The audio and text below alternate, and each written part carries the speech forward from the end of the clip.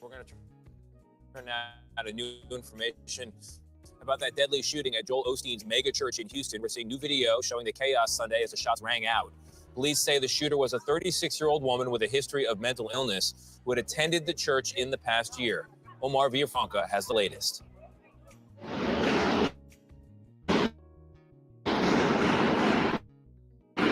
Investigators are sifting through chilling new videos like this, showing panicked churchgoers in one of the country's largest houses of worship. With her son by her side, police say 36-year-old Genesee Moreno walked into the mega church carrying an AR-style rifle. When she was confronted by off-duty officers working security, she opened fire. They were repetitive, boom, boom, boom, boom, boom. The sound sent the congregation scrambling as security returned. Casualties and victims would have been much higher. There is no doubt. The shooter's son appeared to be caught in the crossfire. The boy remains hospitalized in critical condition. A 57-year-old man who was also struck has been released from the hospital. While investigators zero in on a motive, they revealed yesterday one of the shooter's guns had a sticker reading Palestine on it. They also found anti-Semitic riot ex-husband's family. There was a familial dispute, and some of those individuals said the shooter has a history of mental illness and was arrested at least 6 times, including a weapons charge. Our CBS affiliate, KHOU, spoke to the shooter's mother-in-law, who says there were so many warning signs. She was violent many times. We've asked for help from police and received it many times, but she was still allowed to own guns. For CBS Mornings, Omar Villafranca in Texas.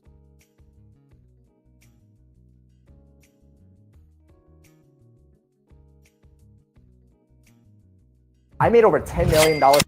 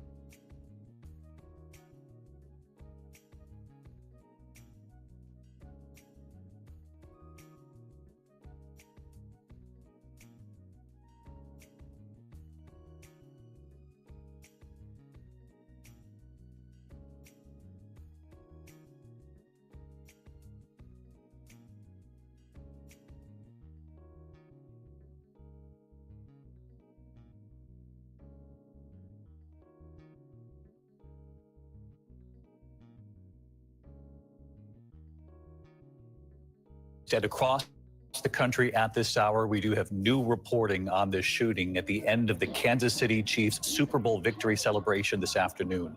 A crowd of about 1 million people had turned out for the event. The shots fired west of Union Station near the parking garage as the rally was ending.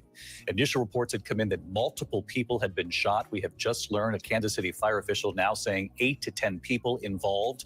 Unclear for a time if those people were actually shot or the extent of their injuries. But I want to bring in our senior investigative reporter, Aaron Katersky, because, Aaron, we're learning preliminary reports now that this is even more serious from the Kansas City Fire Department. It could well be. And police had said initially, David, that multiple people were shot and they had taken 2 armed people into custody for questioning as part of the investigation.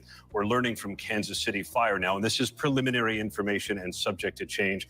But Kansas City Fire is telling ABC News 1 person is dead, 9 others are injured, for a total of 10 people that apparently have been shot. We're still assessing whether all of them were shot or whether they were injured in some other way. But 1 dead, 9 injured, and among the injured, 5 are said to be serious injuries and 3 critical. And again, that information just coming in from Kansas City Fire? From Kansas City Fire, and as preliminary information as we work to learn more. But Kansas City Police had been on scene in force for this victory parade for the Kansas City Chiefs as they celebrated their Super Bowl. They were on scene and were able to take 2 armed people into custody very quickly. right after these shots were fired near Union Station, the historic century-old train station in Kansas City. Now, according to Kansas City, preliminarily, one person dead, 9 others injured. And of course, far too soon to say whether this was at all connected to the celebration itself or whether this was other activity among other people at the tail end of this. That's right. One of the key questions will be, was this somehow due to agenda, a political or social agenda, or was this the result of some kind of criminal activity? And that may be where police are leaning at this point, but they haven't said for sure. But David, how many times in advance of big mass gatherings like this have you and I talked about what the Department of Homeland Security and the FBI has said, that given the environment in the country right now, the potential for something has always been there, but police in Kansas City have not said why these shots were fired just yet. Stick with us here. Our investigative reporter, Aaron Katersky, the moment we have more there, Aaron, just flag me here. I'm Hobby, and I got Botox Cosmetic. There was a particular photograph. The lines were so prominent, it's all I saw. It made me feel like, okay, it was time.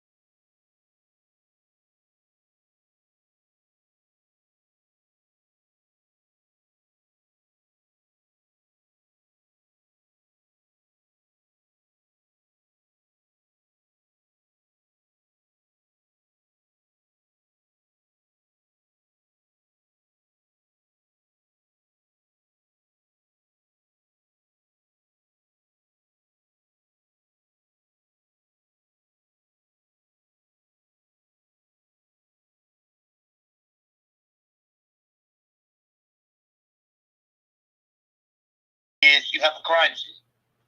You can't have people trampling through your crime scene. So you got to have people trained in that. But then is you have a crime scene. You got emergency situations. People may be shot. Who's going to run to the first aid? Don't count on EMS because they're not coming to your building until it's clear. Then, what even complicates the matter further is we have what we call armed security in the church. Well, what's your identification process? Why do I say that?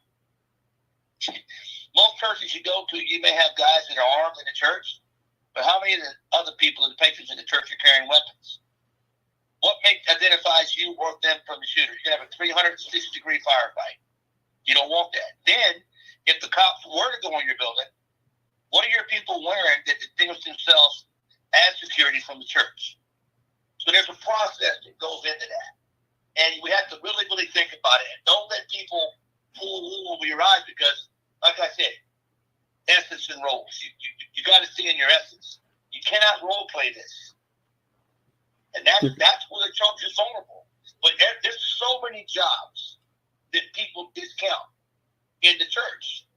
And just in what I said there, I can talk about that. I mean, I like to see what people think. Because I'm telling you something, you got a church that's 8,000 square feet. You got a church that's 18,000 square feet. You got to secure the whole church. And how do you know it's just one shooter? How do you know the shooter is just a man? How do you know it's black or white? I get mad at churches because they counsel. So people take it personal. I might have to go back. I think my sound went out right after the video. We've been hearing you, but I think it went out for a little bit. So I want to loop back around. Can we just do the introduction again? Introduce yourself again, please. Absolutely. Can we do it now? Yes. Go ahead. Okay, I go by the name of Van because I am out and about in the city. I have a distinct background in this active shooter thing. I've been interested in it since it's been started in America, and I got old enough to understand it and respond to it. The problem with active shooters is each one of them are different. No two are alike. Shopping events, sporting events, churches. Churches are the big thing we're talking about today because that's where people go because both churches are soft targets. But a park can be a soft target. But we're talking about the church right now. So in the church, everybody that goes to the church is what they call an invitee. Church is a gathering place of people. But when people go to church, not because they expect a shooter, but they expect to be secure. So the church goes out and they provide what they call a security team. Security team could be armed, could be unarmed. And that's not the point. The point is, are they trained? Now, every man in the church has skin in the game. I like to embrace all the men in the church and women on where they stand. So people say, what do I look for? Train for it. Find out what's not normal. In Joel Osteen's church, for example, I'm not mad at him, but they failed. He got a $100 million church. He's got all the resources, and they hired off-duty officers as their security. Well, guess who let the guy in with the bag? They did. The damage was done. Look at your church. What is your policy on big bags in church? Stop it at the front door. Have the policy. Have people that are trained. It's the church is not a membership, but you gotta protect its people. So there's echelons of security. Now, it all starts with the parking. People got to pull up to your church before they get in. Some people get off the bus, they're still outside. That's called parking. You start profiling. Not literally, but you do. You're looking at what's not normal. You're just looking for what's not normal. Then now people come in the church. New people in the church will look around, but people that want to do stuff is not going to look you in the eye. You got to look for signs. Is this person sweating profusely? Is he pacing back and forward? Does he keep his hands in his pocket? Those are iffy situations, but it's better to react and ask forgiveness than not react at all. But then you got to remember this. You have people on your staff that are carrying weapons, concealed. Great. Especially in the state of Florida, you don't need a permit. So therefore, you must assume everybody's carrying. My question would be, how many people in your congregation are carrying weapons that you don't know about? So now what happens is a guy stands up to say worst case, draws his weapon, your security draws down on him. Everybody else in the church that has a weapon draws down on him. You get a 360-degree firefight. Most sanctuaries are dimly lit. Can your people hit what they're aiming at? Most shootings, 3 to 7 feet. So people carrying different types of weapons. 45, deep penetration weapon, knockdown weapon, go through one person, hit the other one. You got to understand that when you shoot your weapon, you're responsible for every round that comes out and where it goes. The police are not. So it's a complicated thing, Joe, that no one wants to talk about. But you can get the training. Now, you're never ready. You are never ready for any situation. You are prepared. You are prepared because men ask tough questions. Ask the tough questions. How many people came in the church? What do I do if someone's in the parking lot trying to enter the church?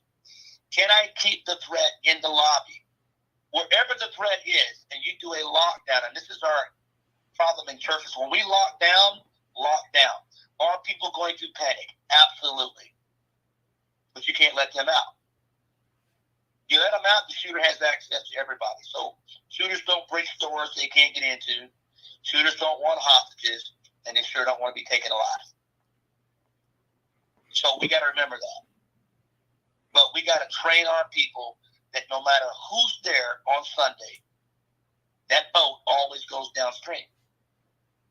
Do we have people that do first aid? You're going to have some collateral damage. EMS is not going to come in your building. Do not believe that for a minute. So we have people that work in different various jobs in society. We got people that are nurses, doctors, or EMTs, or whatever. Use them. Panic is going to be your worst weapon. I mean, your worst adversary, because chaos is going to ensue. People in the sanctuary are going to want to run out and get in their cars. That's a natural thing for people. Can't let them do it. Can't let them do it. Any shell cases on the floor, people are going to kick. Can't do it. Crime scene again. Kids are going to be excited. Get them on the floor. Look at surrounding areas that you have. What are your walls made of? They're all made of sheetrock. Get your people on the ground. Have your team that's out there that's carrying weapons. They need to know what's on the other side of that round. Could be a classroom, could be a bathroom, could be whatever. Have you thoroughly secured your building? Made it accountability for everybody. What I'm saying is, example, 150 people walk through the door in the service. You need to make sure you're at least counting 150 people. Leave no stone unturned. Where can this shooter hide? Where would somebody hide if they're in the building? Because God forbid somebody turn around the corner, you got a kid in the closet, and somebody, through emotion, called OBE, overcome by men, pulls that trigger. Once you pull a gun out, you can't take it back. So we have to talk about the hard things. One thing I also talk about in the parking lot is we're a generation, most of our churches have older people. Not their fault. We're all going to be there. We're all going to be there. But what if someone goes in the parking lot, because most people don't look through their rear view cameras when they're backing up, and hits a child, hits an older person on a walker? Now that individual is stuck under the car. What is your plan? Seriously, in anything you do, active shooter, what is your plan? Do you have a plan? Do not let people lie to you. That's why they're holding the job they have. You leave no stone unturned. What I tell people all, and I told Pastor Trudeau, is this. The Secret Service trained 365 days a year for 1/8 of a second. That's how long it takes to lose a president's life. You need to do the same thing in your church. Okay, I hear a lot of what you're saying. That's a lot of good stuff. But it sounds like a lot of these procedures that should be that should be implemented, like maybe, from the pastor or the security team. So what would you say to me, ordinary Joe, just going to church with his family? So you give some tips on what we should look out for, or anything. The ordinary guy going to church, you have to understand. My job as a father, and I've got 9 grandkids. I got 3 girls and a boy. My job when I go to church, I'm going to worship God. Mm-hmm. But I'm also going to ensure that my family goes and leaves at the same time. We've had too many instances in America where people walk in and are totally oblivious to the obvious. Totally oblivious to the obvious. If you see something out of pocket, go find someone in the church that has whatever they're assigned and let them know. If they don't investigate it, then you need to step up. I didn't say get physical.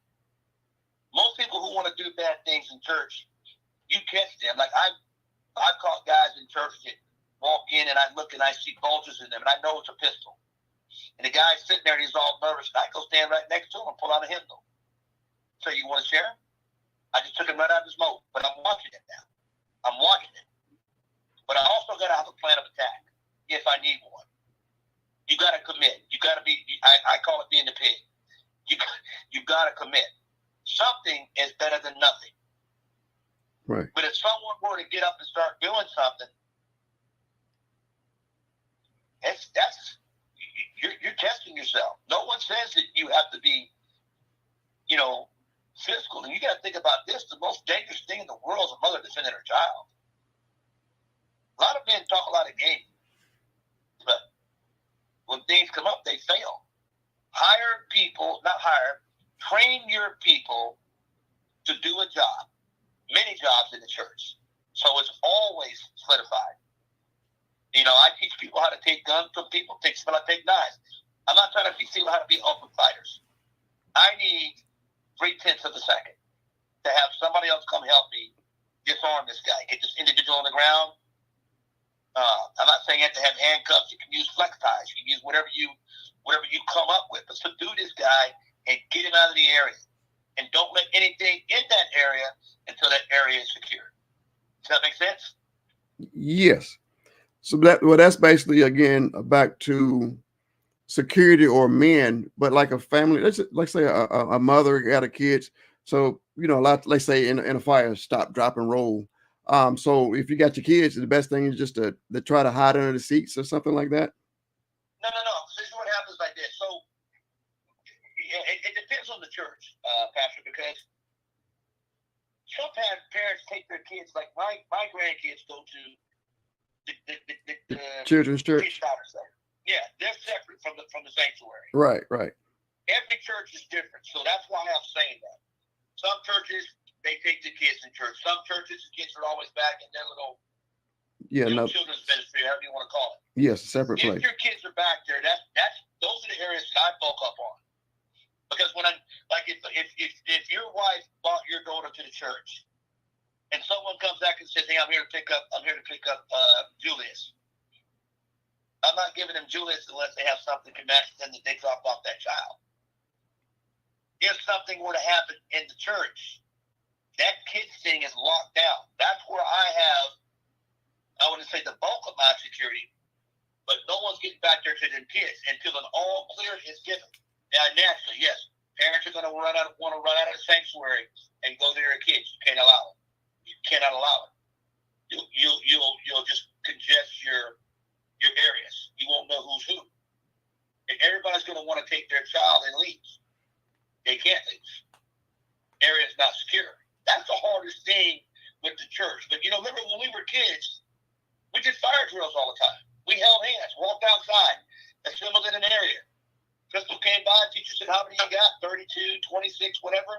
Kind of for everybody, we all went back in. We don't do that in churches anymore.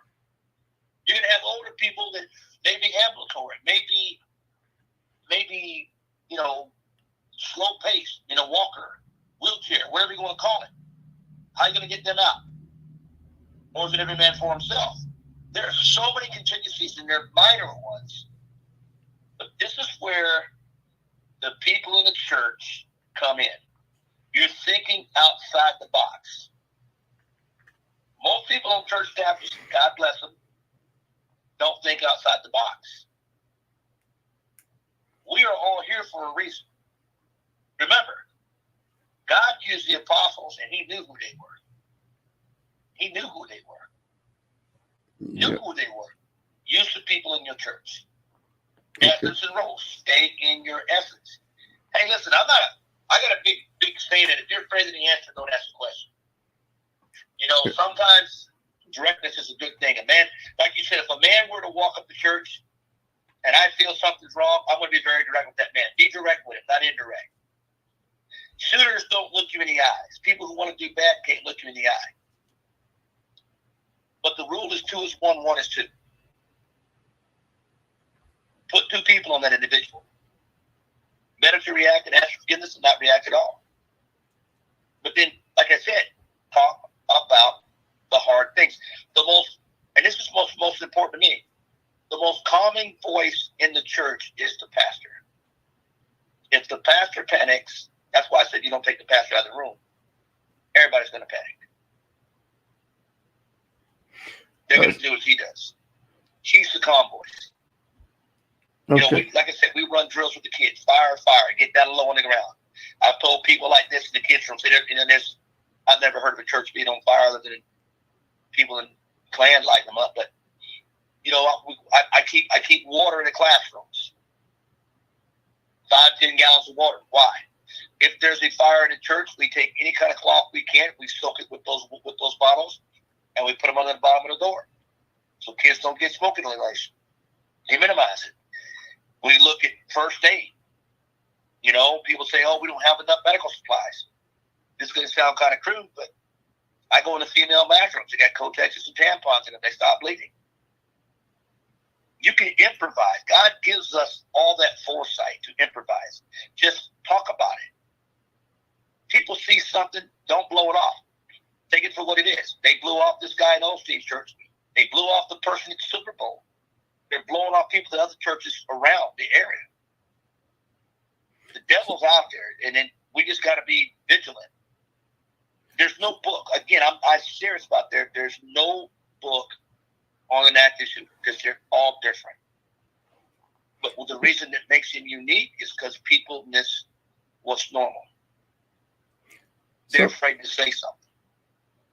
Like I said, I don't walk in no place I don't know how to get out of. That's just me, and I'm trained.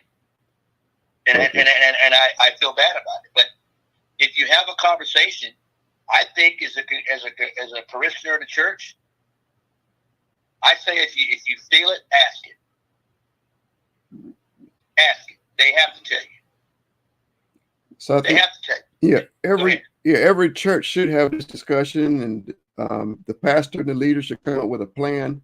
So let's go back to another scenario with a family. Like, you know, we just played the scenario that at the Super Bowl, the celebration. You're out in a public event. Yeah. I think thousands of people, and as an active shooter.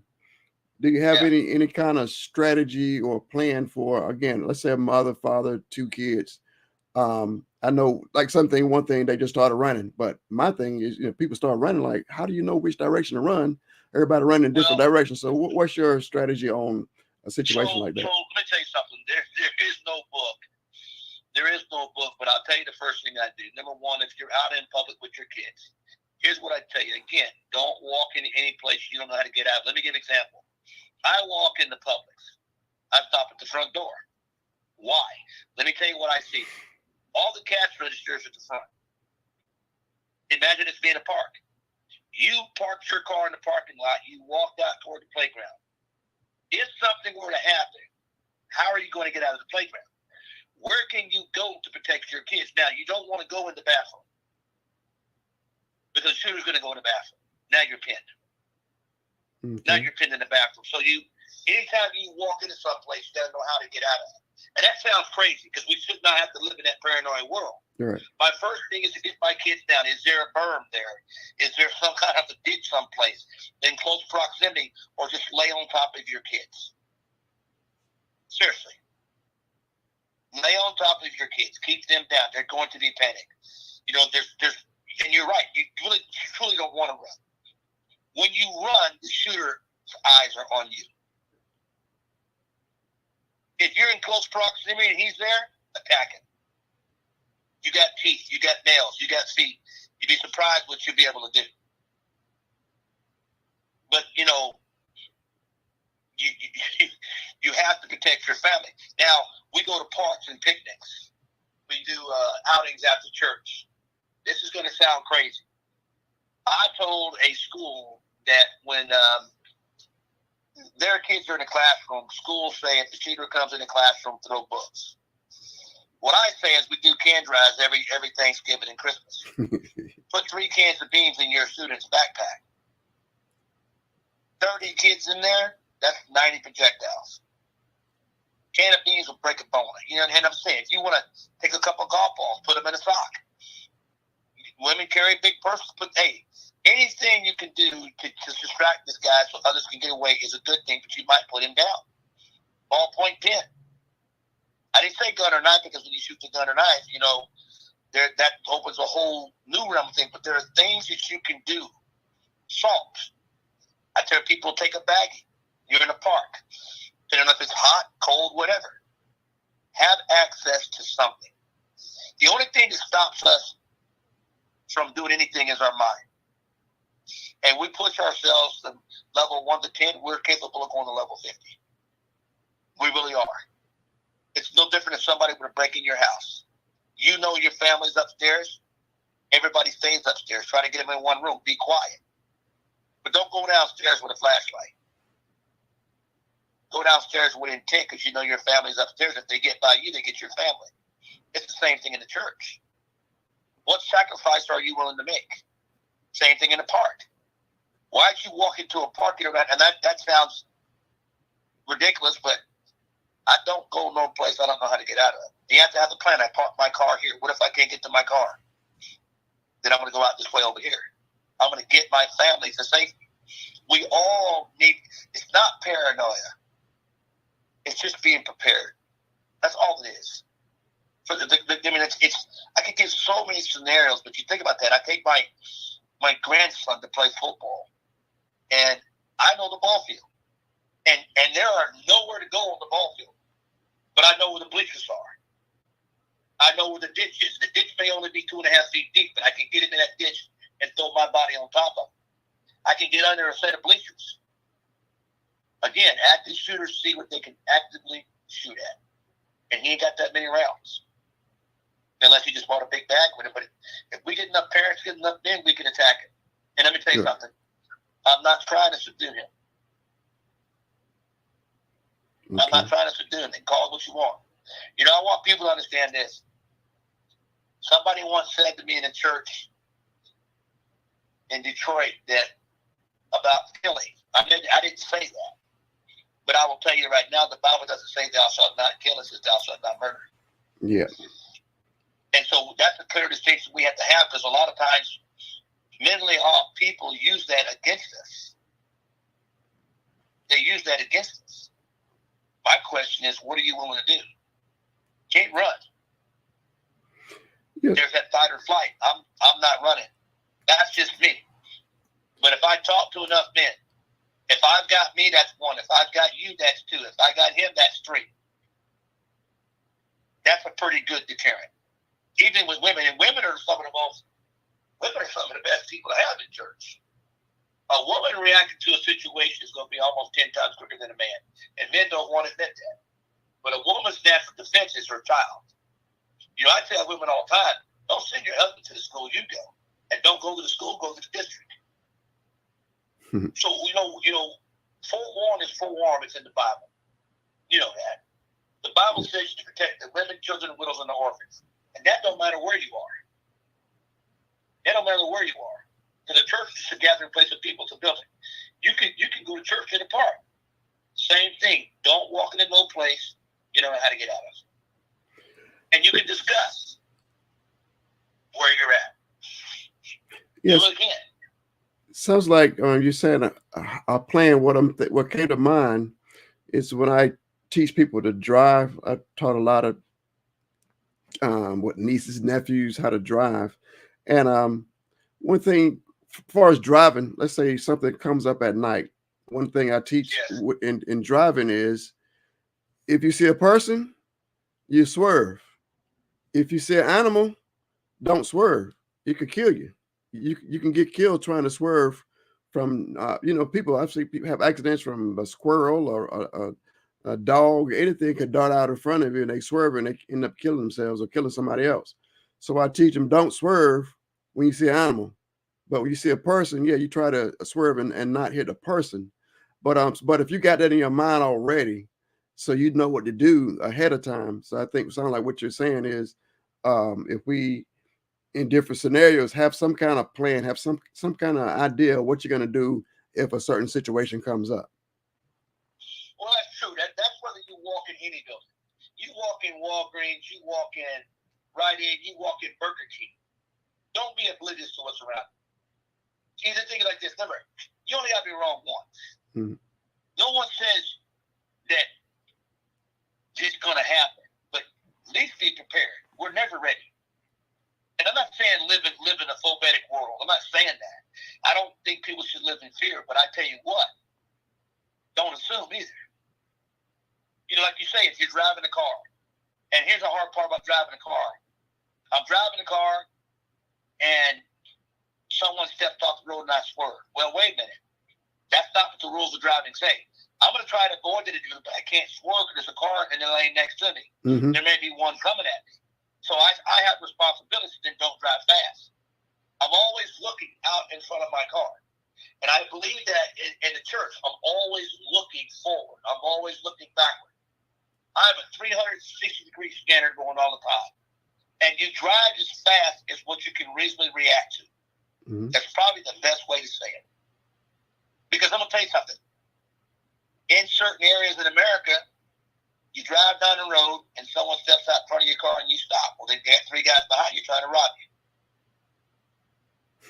Don't flaunt your wares. Don't take a fancy car and drive in a poor neighborhood. I've said this, and I think I told you this.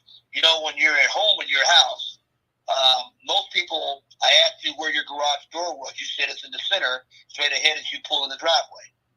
That's actually good, so you should back in. Because when you're pulling in your driveway, for example, you can't see what's behind you. When I back in, when I drop that door, I know everything comes through that garage door. Now, all I got to do is get up and make it to the exit to my house. But if I back in, it comes to that garage door, I just drive straight to the garage door and be gone. When we're backing up in the parking lot, we have to look over our right shoulder to back up. We got to look in that rearview mirror. We're compromised. Where's your blind side? It's different for everybody, but it's usually standing right in front of us. Anything we do, we have a blind side. That's the complacency side. And a lot of people say, oh, this will never happen to me. You only got to be wrong once. Once. It's the world we live in. And it's not bad. There's just evil in it. And evil does not announce itself. So I have this thing, the military has this thing called the 6 Ps. Proper planning permits is for performance. Be ready. Be ready. It's not the word, it's just be ready. Hey, better have it some plan. Put it like this. Pastor, if you and I were sitting there and we're in church or we're in the park and we see a guy keel over, guess what? He's either probably on some kind of heart medication or he stopped breathing. Do we know CPR? Can you and I buddy team and do CPR on this gentleman until EMS gets there? We got a child sitting there and you and I are watching it with the wives and the kids are playing on the swing. And the kid gets hit in the throat with the swing because he's not paying attention. Can we get this kid back to breathing? Kid's eating a piece of candy. He gets in his throat. Can you do the Heimlich maneuver? You're in the pool. The kid's in there drowning. You think about it. Can we do these things? We don't want to do them. But let's have a working knowledge of how to do them. Every life is precious. So this is one thing why I'm so serious with the church. I know people just want to go to church and leave. What if you can't leave? I know they want to go to the store, but when you're in the store, remember all the cash registers in the front. All right, Go to Walmart. Need to take a quick break, real quick. When we come back, I would like to let's talk a little bit more about at home. You just touched on it a little bit. So we can talk about home safety. So I'm just take this real quick break. Hold on just a second. All right, everybody, we'll be right back.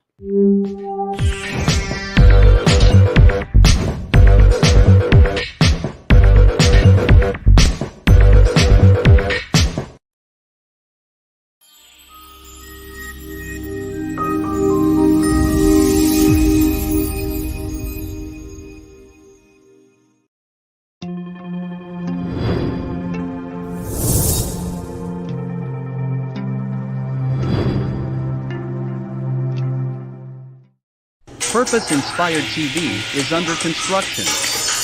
During this process, we invite you to step into the journey. By joining our team, you have the chance to shape the very fabric of this channel with your creative ideas and skills. We believe that the true essence of innovation lies in collaboration, and together, we can create something truly extraordinary. We will provide content that ignites your passion, inspires personal growth, and encourages a positive impact on society. Our focus is on delivering shows that are entertaining, thought-provoking, educational, and uplifting. We want to hear your voice, your vision, and your recommendations for individuals you would love to see on our channel. We aim to create a channel that resonates deeply with viewers, challenging them to think bigger, dream bolder, and live a life of purpose. So, join us today, and together, we can make a difference, one viewer, one show, and one purpose at a time.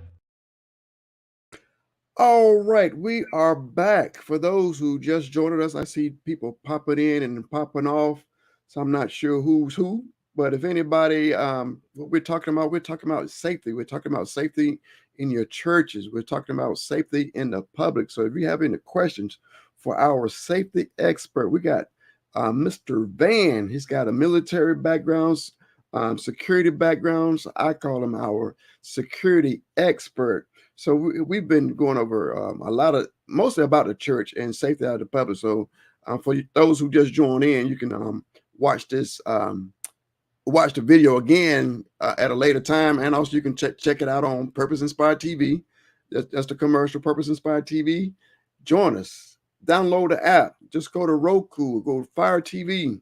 If you have the remote that has the voice, the voice button on it, just push that button and say Purpose Inspired TV. You will see our lovely logo with the gold lion, and it says Purpose Inspired TV, purple and gold. Just click on that, install it, and enjoy. We have all types of content creators. We have inspirational shows up there. We have TV shows. We got classic shows. We got some old black and white movies. We are, I can't even get started to the new stuff. We're celebrating Women's History Month. So there's a lot of different videos about women history and movies of women have been the lead and different things like that. I was just watching the Mahalia Jackson story, and then I can't think of the lady named the first African-American millionaire. I was watching that. So sometimes I just tune in to China. Sometimes I get stuck just watching it. So I'm just asking you to go ahead and tune in, download our app, Purpose Inspired TV. If not, you can go to purposeinspiredtv.com. You can watch it on the internet, but we prefer you to go to Roku or Fire TV. So we're going to get back into it with Van. So what we're going to be talking about now, Mr. Van, is home safety. I guess you can just give us your spiel on how to keep safe in your home. I got one question. A lot of people, they put security cameras, they have these Ring cameras, but I think all you got to do is watch the Ring video in the future. Is not going to prevent you from getting attacked. So what's your take on keeping safe in your home? Well, the biggest thing about your home is this. Number one is, back in the day, we didn't lock our doors. Yeah. I hate to say that, but we didn't. But we're in a world of have and have not, whether we like it or not. And in older people, we're not used to living in that kind of environment. But what I tell people is this: The ring and all that stuff is good, but see, my thing is the best thing is you. If I'm an older person and I'm living in my house, you knock on my door. Why am I answering the door? You can call me. If you're invited, I'll see you go. I don't need to peek through the curtain. At nighttime, we don't close our curtains and we watch TV, and everybody outside can see inside. You know who's on your street. You see somebody, like the delivery man comes up and he knocks on your door and says, I got a delivery. You don't know who them people are. Why are you answering your door? You have a little peephole on your door. So when I knock on your door, in which you don't know this, you should try it. As you walk to the door, I can see you through the peephole. I see your shadow coming. That's when they kick in your door. Nobody knows what's on the other side of that door. We give that away. We give away our back thing. You have cameras in your house. Don't think because somebody's in the front, there's not somebody coming through the back. Because when we're washing dishes, we're standing right there in the window where everybody can see. What I tell people, one of the best things you can have is a dog. I don't care if it's a rat dog, as long as the thing barks. A dog is an early warning system, Now, this is going to sound kind of weird. For those of us that are armed in our homes, people will laugh about this. If I'm doing the dishes, I have a Ziploc bag with my weapon in it in the sink that I'm rinsing. In the sink? In the sink. It's not getting wet. When I take a shower, my pistol is in the shower with me when I'm taking a shower. Why do I want to put it on the counter? If the guy's in the house, how am I going to get to it? That goes back into training and being responsible, don't get me wrong. But how am I going to get to it? This sounds weird on a racial line. You ever notice that when you go to a horror movie, black people don't get killed? Monster in the house, we ain't going looking for the monster. We ain't getting the flashlight. They leave it. Mm-hmm. That's how we have to look at our homes. I didn't say leave. Stop looking for what you're looking. You call 911, you tell them where you're at. I am upstairs in my room. I'm on this address. I am in a safe place. I can hear them coming. Usually when you walk upstairs, stairs crack. We don't look for the little things. You should know your house. When you walk to your living room door, what's on your right, what's on your left? When you go through the front door, how far to the kitchen? How many doors do you have? Do you have a front door, sliding glass door, and a garage door? Or is there another door? You got to know your house at the back of your hand, and most people do. Do you have stairs? Can I have access to your second floor of your house from the bottom?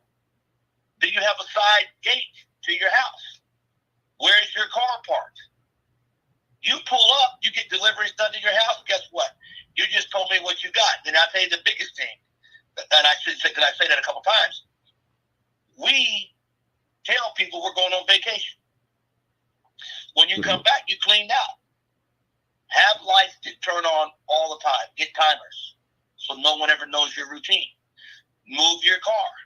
Have a neighbor move your car periodically if you're going to leave. Don't go shopping and start bringing in tons of bags of stuff, because the minute you go out to eat that night, they're going to break in your house. Don't show people your big screen TV. Don't show people all these things you got that make them want it. They will take it. That's home security. People don't know you got it. They ain't coming. But if we flaunt it, we let our guard down, they're coming. Yeah, just like Christmas time when everybody got the gifts, big TVs, Absolutely. all that stuff. They put all those boxes at the street, so they know all the toys that you got. But see, what I tell older people to do is that it's simple to do. And I think it's like around $8. You put up a motion sensor. You're sitting in the living room, and all of a sudden, and you can hook it to your TV. When they walk in your yard, that light goes on. They're in broad day. They are out there for you to see. And usually, when you have a sensor, you take your TV and you wait and see, you go to 0, 0. You're watching channel 6, you're watching channel 13, ESPN or whatever. When that light, there's a light in your living room that when someone's on the front door, that little light goes on and starts flashing. Put your TV on 0, 0, you'll see who's at the front door. These are easy things to set up. The Ring thing you can use through your phone. Just keep your phone charged. But a dog is the best warning system ever. Ever. Not going to your door. You can go to Home Depot and get those little door jams go up under the front door lock. You can kick it till the sun comes down. It's not coming open. They're going to have to break a window, but to break a window means noise. The minute people hear noise, they're gone. Get a whistle. Older people, get a whistle. Seriously. There's so many ways that you can do it. It's unbelievable, but remember, we're a human being. We're going to panic because we're assuming it's never going to happen to us. We're going to display where we are. Remember, it's the same thing we talk about the church. An active shooter comes in your place, don't give up your position. Stay there. If you're talking to the police on the phone, stay calm. Because remember, the person can hear you. Every situation is different. But it's the little things. We have to always not be paranoid, but kind of put ourselves, okay, like, what do I do? Any plan is better than no plan. Any plan is better than no plan. And I'm dead serious about that. It's like there's no set situation on how to protect yourself at home. But if I'm a single female and I'm going to the door, you know what's on the side of that door, on that stand by the door? Salt in a bowl. I grab a handful of that salt. He doesn't see a weapon. When he comes to me, I fling that handful of salt in his eyes. All I'm trying to do is get out the house. Back door, side door, whatever. That person's down on the ground writhing in pain because his eyes are burning. I'll do whatever I got to do to get out. Let them have the house. There's nothing in the house you can't replace. You cannot replace your life. Okay. So we have to just be, it's just about being, it's not living in fear. Tomorrow's not guaranteed. And even with me, I'm highly trained. And from the White House on down, and I have to be vigilant every day. I assume nothing. And people say you live in paranoia. I said, no, I don't. I live in a world where I understand how the world is. I just don't choose to be a victim. And I'm going to save the ones I can. I have many people call me and say, hey, what do I do about this? And I said, well, you got to know your property. So I'll walk in and I'll blindfold them in their own house. And I'll say, how many steps from the front door to your little bathroom on your side? How far to the back door? How far to the stairs? How many stairs do you have going upstairs? And when you go upstairs, certain stairs crack too. Every house has sounds. You can hear people moving. You just got to know. If you have a square, your bedroom is always square. So is your door on the left-hand side or the right-hand side? If the door is on the left-hand side, the bedroom goes back to the right, go in the right corner. Remember that sheetrock, though. You don't go across from the wall. You stay on the same wall, the door, in that corner. When that person walks through the door, they can see from 12 o'clock to probably 4. They can't see you in 6. And if they do, you're in a corner, they're going to have to fight. And I tell you right now, this is going to sound crazy, but I had an elder lady ask me, she said, if somebody comes in the house, what do I do? I said, it's about mindset. She said, mindset? And I said, yes, ma'am. She says, I'm 80 years old. What mindset do I have? I said, ma'am, you act like you're the third monkey on the ramp in Noah's Ark. And it's starting to rain and he ain't taking but 2 of you. So, you think about it, it's humorous, but it's the truth. Old women pull out hairpins. They have on video in New York doing that. It's a fight. They think you're easy game. You're not. Be the third monkey on the ramp. So 2 wolves inside of every man, every woman. A good one and a bad one. And the one that comes out is the one you see. You have to ask yourself, what are you willing to do? It's not about being physical. It's just put up enough fight where this person realizes you don't want to be there. He thinks you're easy game. You're not easy game. The strongest thing we have is our mind. And the biggest problem with men is men get complacent. They think it can never happen to them. Well, it can. But you also got neighbors. You got neighbors. We should, back in the day, we had neighborhood patrols that watched our homes, that seen suspicious activity outside. And they come over and say, hey, are you all right? Don't get mad. Yeah, I'm all right. We have code words. That's one thing I tell seniors too, code words. I call your house. Hey, Betty, how you doing? It's Bob Cross Street. You okay? Yeah, I'm a dog guy. I know you don't have a dog. That's a code word. That's something that we have to set up. We set up those things. Even in your churches, you set up code words. I tell people in the churches, use biblical names. You can use Simon. You can use James and John, who God called the boys of thunder. You can use Matthew. You can use Judas. You can use whatever you want. But each one of those words means something that only the people that are implemented in the church would know. That way everybody doesn't get panicked and the public doesn't know what it is. See, that's where creative thinking comes in. Code words. It's like having a kid out on the playground and yelling stranger, stranger. We know what that means. So I'm just saying, it's like, there's nothing that's wrong.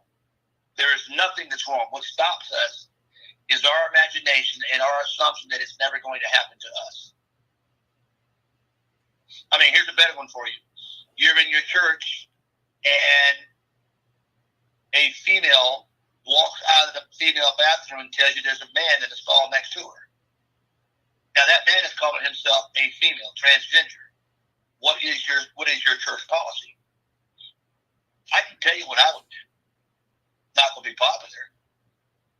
Then you need to have what they call those co-ed bathrooms. And I hate to say it, but you need to designate that they need to go there. And it cannot go in the women's bathroom. No more than a female should walk in the men's bathroom. You got to have a plan. So, that's the best way to answer it about the home and everything else. It's having a plan. Know where you're at. Okay, I got, I've been taking notes. Should have a plan. One of the best things you should have is a dog. We always know, no matter what we in, put up a fight. We're just not just gonna give up. We putting up a fight. Know your home. Know your home. Know your home. If the power goes out, no lights. Know how to get around without having a light. Use code words with your family, your friends, even at church. Have salt at your front door, especially single women. Especially for the elderly, don't answer the door, especially if you don't know they're coming. Don't answer the door. Have the people to call. Let all your family, friends know.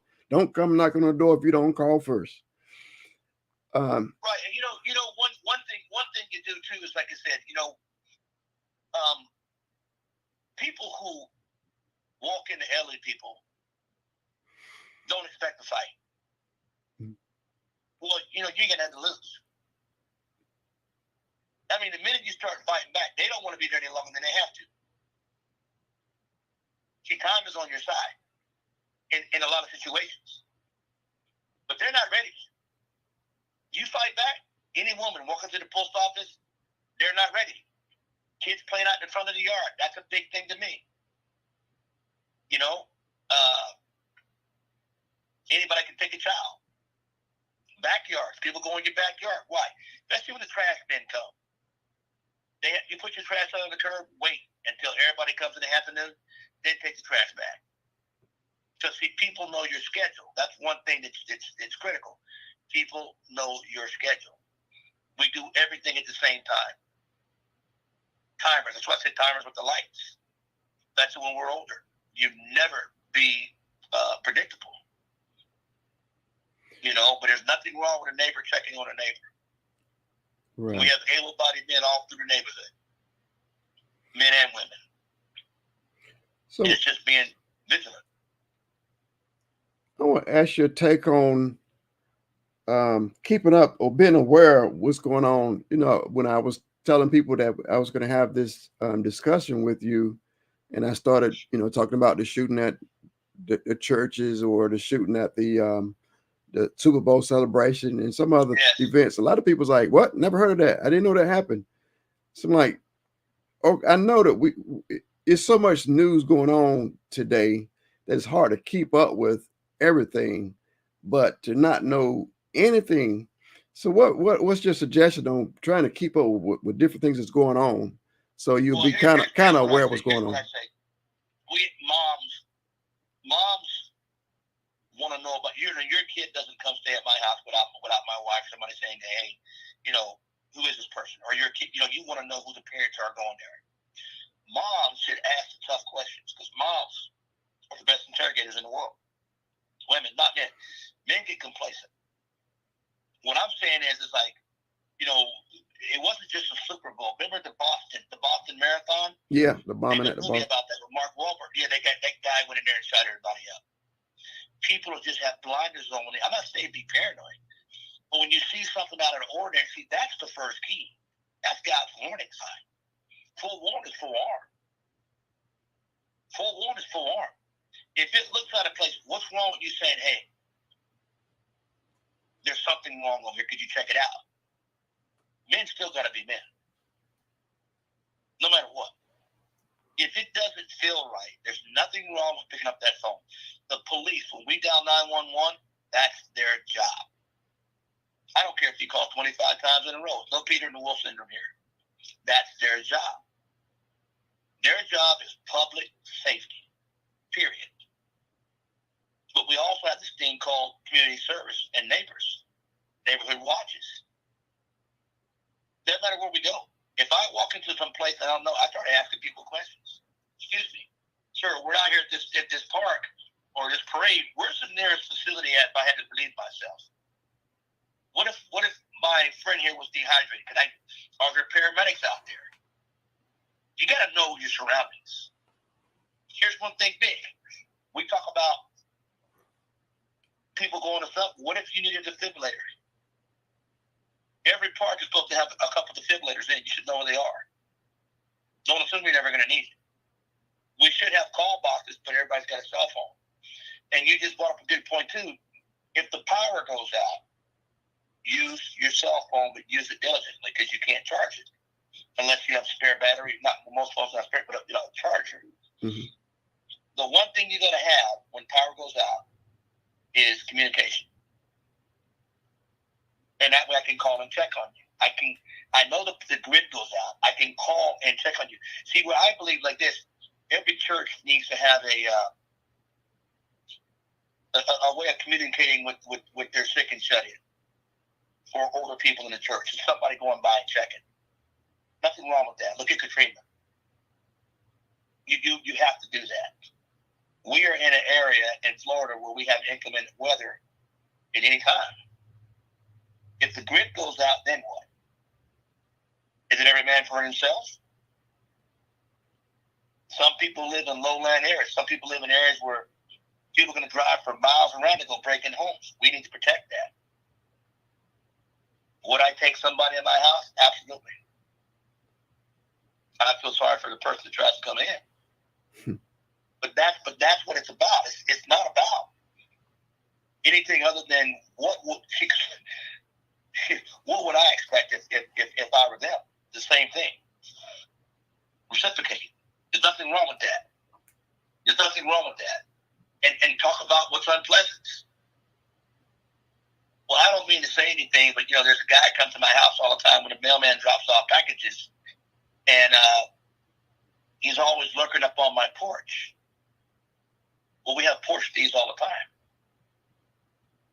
Well, usually your neighbors across the street, like you said, with cameras, you should know who's got cameras on your street. That's evidence.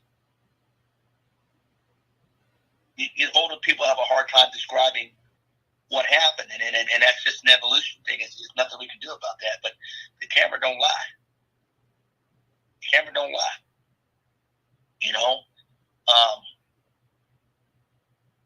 We made a thing of the day talking about DWB, driving while black. Hate to say it, but it happens. Mm-hmm. Turn your phone on. Call a friend. As long as that it's a recording, call it. Call it. That's what I tell young kids when they go out and they're playing. Where are you going? Home. Where do you live? They can't interrogate you like that. But you do have cops that will knock on elderly people's doors. You know, people steal checks. Although most checks usually go to the bank, they steal packages. They try to rob you when you're at the grocery store and that's another thing I was going to say. When we're elderly and we go to a store and we pay for something, we do sometimes have we call a moment of insanity where we're going to pay $13 for an item, but we'll open our wallet and flash a whole bunch of $20 bills to pull out a 10 and 3 ones, and then we look for change. But now there's 4 people in line, but the second, third person in line is looking at you as you're going out there and you're feeble and you're trying to get to the bus stop or you're trying to get to your car. That's where they're going to mug you. You call what they call a target of opportunity. Same at your house. They'll follow you to your house. They do it to rich people all the time. Rich people go out, they shop, they come home, they put their stuff up, and then they go out and to dinner, and they come back and their house is cleaned out. You just have to be vigilant. Let your neighbors know, hey, how you doing? Your light's usually on at a certain time at night. I don't see it on. Is everything okay? Something's suspicious out my house. Well, if it's suspicious outside your house, I'm across the street, it's suspicious to me too. So this leads to my last point is how to create a culture of safety so that it's so safety will become second nature. So and safety comes to the point where you're not even thinking about it anymore. It's just part of your life. So I know one thing, just doing it over and over again. So any final tips on how to create a culture of safety and just having it part of your daily routine? Well, the way you create the culture of safety is talk about it. We're afraid to talk about it because we don't want people to think that we're vulnerable. That's a shame in today's society. Talk about it. I may not have the right answer. I can call you. You may not have the right answer. You can call this guy. We don't talk about it. Everybody thinks they don't need it. Let me tell you something. I've seen some of the most hardcore people in the world fail. Because they assumed it was never going to happen to them. We have to talk about what's uncomfortable. We have to talk about what's uncomfortable. Because once you get it out, see, now you've dotted all the I's, you crossed all the T's. We're worried about how people are going to make fun of us? No. Remember, when I met you, what did I say? I said, Methuselah lived to be 969. He's got me by 899 years. I plan on catching it. And see, people laugh at that. Why? Yeah. See, your people say, when did you retire? When you retire, you die. You're just waiting on to go out to pasture. You don't got to do anything anymore. You're saying, I'm too old to do this. You're never too old. We got 90 years old, 100 people a year old running marathons. And they walk it like they talk it. Your mind is the best weapon you got. You see things out of place. But see, when we get older, we say, oh, we're supposed to be older people. We're not relevant anymore. That's not true. I love the term relevant. We are relevant. You've forgotten more than the average young person will ever know. But the only way for evil to succeed is for good people to sit by and do nothing. Mm-hmm. And you think about that. But see, evil is my responsibility too. Hey, Bobby, how you doing? Hey, Miss May, how you doing? Everything okay? You need anything? Why shouldn't I ask? Because I am going to be Miss May. I'm going to be Bobby one day.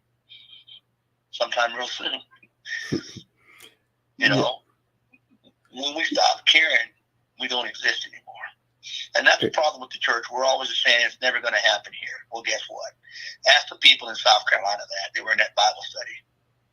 Ask the people in Kansas City that were celebrating after the Super Bowl. Ask the people in Joel Osteen's $100-something million church that had all the best he could get. He had all the money and still was vulnerable. Yep. It's not a matter of if, it's when. But remember this. If something happens to us, there's things we got to do. Who, what, when, where, why. Got to do that. Give a description. And that's going to help you because the 911 operators are like that. We call it salute in the military. Size, activity, location, uniform, terrain, equipment. That gives a great description of what's going on while they're sending help to me. Am I in a safe place in my house? Obviously, they're going to ask you, do you have any weapons? Same thing at your church. We got a shooting going on church. Do not think they're going to come in 10 minutes. Do not think that for a minute. You're on your own for a while. We have to have contingency plans. Unpopular as they may be, we have to have them. And that's included in our home. Yep, you protect your family, your home, out of the public, and at church. You and I, we discussed it a little bit about getting together some churches and like Martha, doesn't matter, just have to be a church, but people worship. You were talking about getting them together and doing some training. You got any thought on any more thought on that, or any plans that you want to do? Well, here's the biggest thing in the training is, let me tell you something, you share information. What good is it my information if I'm just sharing it for me? Because let me tell you something, I think I don't need anything. But see, churches, I can, if I'm cross training with your church, and let's say, I'm regional Baptist, and across the street from me is Callaway, and Callaway's in trouble. Why can't I send my people over there? I'm gonna secure my place, but I'm gonna send people over there. But if something happens to me, they will send people to me. There's strength in numbers. Mm-hmm. Strength in numbers. I'm coming to assist. If you have a congregation you just feel is out of your control because of capacity of the staff you have, call and we'll send volunteers over here. We don't talk anymore. We want to protect our own. You can't do that.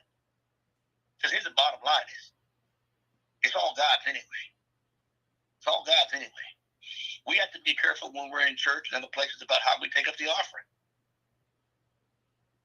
Sometimes our churches are right by the freeway. We don't know if somebody's going to come. People will kill you for $8. But see, those kind of people kind of stand out. They don't have anything. They come through the door in their ragtag. I mean, I'm not saying put them out, but put them in a place where they're not with your congregation. It's no different than when someone asked me about our church, will we allow rapists and pedophiles in the church? I said no. Well, God, I said, yeah, he does, but not around these people. You put them someplace else. But how would you take the risk? But how would you know it in certain situations? You don't know who's who when they come in. So what happens is there is we talked about it. There's anytime a child pedophile or whatever comes in the air, they send it out. They send a message out. And so churches should talk, because pedophiles bounce from church to church. You come out of one church to go to the next church. You have a lot of homeless people that come. We have a right of denial. I hate to say that, but we do. If you're coming to the church and your hygiene's not bad, or I can say, hey, listen, I'll just give me a second. I'll go get you something to eat. I'll go in the back and look in our lost and found section and get you clothes. I'll try to get you to a halfway house somewhere. I'm not letting you in. It's a matter of choices. You let me in and I start doing a lot of cardinal damage, then what? I mean, what you do is you go to your administrative staff and you tell them, hey, we got a problem. And that's one thing I was going to tell you. Whatever you do, document it down. Because if something were to happen, let me give you an example. You asked a minute ago about how do you defend your home. Here's the greatest advice I'm going to ever give. If you're in your home and you had to do something to an individual, when the police get there, I need you to say three things. I fear for my life. I want to talk to an attorney. Right? That's two. And I need to go to the hospital. Do not talk to the police. You will not be able to tell them what happened. You go to the hospital, you are now in a doctor's care. And when the doctor releases you, you're going to have 6 to 7 hours to think about what went on. And you answer yes or no. Do not make explanations. Talk to your attorney. Let them do the talking. That's a fact. That's a bona fide. Shut up. Say nothing. That's everywhere. In your home, in the church, anywhere. Yes. I fear for my life. Yes. I need an attorney, and I need to go to. I need to go to the hospital. You need to go see the doctor. So and and I hate to even say this, but if you have a weapon and somebody comes in your house, and all the sheriffs are putting it out over the counties right now, they're telling all their constituents in the county, get a weapon. Man comes in your house, kill him. He had intent. Your intent is to stay alive. Why should I let somebody take my life for $10? They broke in my house. They have intent. I always joke and say when they ask me, well, I shot the man 45 times. That's how much all the rounds I had. But that's our problem in society today. Criminals think they have all the rights. Evil people think they have all the rights. I deserve to walk from point A to point B. But I just want to jump on the gun real quick. The law has been changed where I guess like say everybody can have a weapon here. But what the law says is Florida is an at-will state. That means if you don't have anything that permits you from a felony, from carrying a gun, you can carry a gun concealed on you. You can carry it overt. But there's no reason to carry a gun overt because everybody knows you got it. You don't need a permit to carry a weapon. You don't. I hate to say that because everybody's listening. There's some bad people may take that, but you don't need a permit to carry a weapon in the state of Florida. And Florida has a stand your ground law, which means if you and I are arguing on a corner and you feel threatened by me, you can shoot me dead and you'll walk. State of mind. So you say nothing. I fear my life. I want to talk to an attorney. I want to go to the hospital. So I look like it. Well, to me, it seems like a setup in certain areas. Well, let's say, okay, I go get a weapon. I can get a weapon. I can have a concealed weapon. But now there's different locations where it's illegal to have a weapon. And no, not in Florida. Statewide. So there's no location where, okay, I have a gun now, and if I drive on this property is illegal, and then if I drive off the property is legal again. Well, wait. Now, hold on. That's not true. So state, federal buildings. No, you can't take them. You can't take one in the post office, can't take one in the bank. There are areas where it's posted that there's no weapons allowed. That's just where we got to have common sense. They're not going to allow those weapons in those areas. But you can carry a weapon. You can, like a school. You don't carry a weapon, within a certain distance on a school ground. But here's what's funny about that. You could actually, and I shouldn't say this, but I've challenged the law. I've actually gone down the hall and picked up my kids with my gun on me, concealed. No one knew I had it. I'd gone to the office, picked them up, and I left. When you go to a sporting event, you leave the gun in the car. I always carry mine in the event, but I know how to carry. See, that's the problem. People have guns. A gun is meant to be on you to need it, not have it. You need to know how to conceal it, even in a church. No one should know you have it. But if I see it, that's an opportunity for me to get it. If I see it, I can say, hey, now it's called brandishing. You are brandishing a weapon. But this is one of the most liberal states in the nation, and they allow you to carry. But you should carry what you can use. You should take a class, be proficient with that weapon. If you don't have it, come get me, I'll teach you. You're saying 2 is 1, 1 is 2. 2 is better, but you still have to. It's like anything. It's like, when I wanted to cook bacon, my mom said, hey, the grease will splatter on you. Same thing with a gun.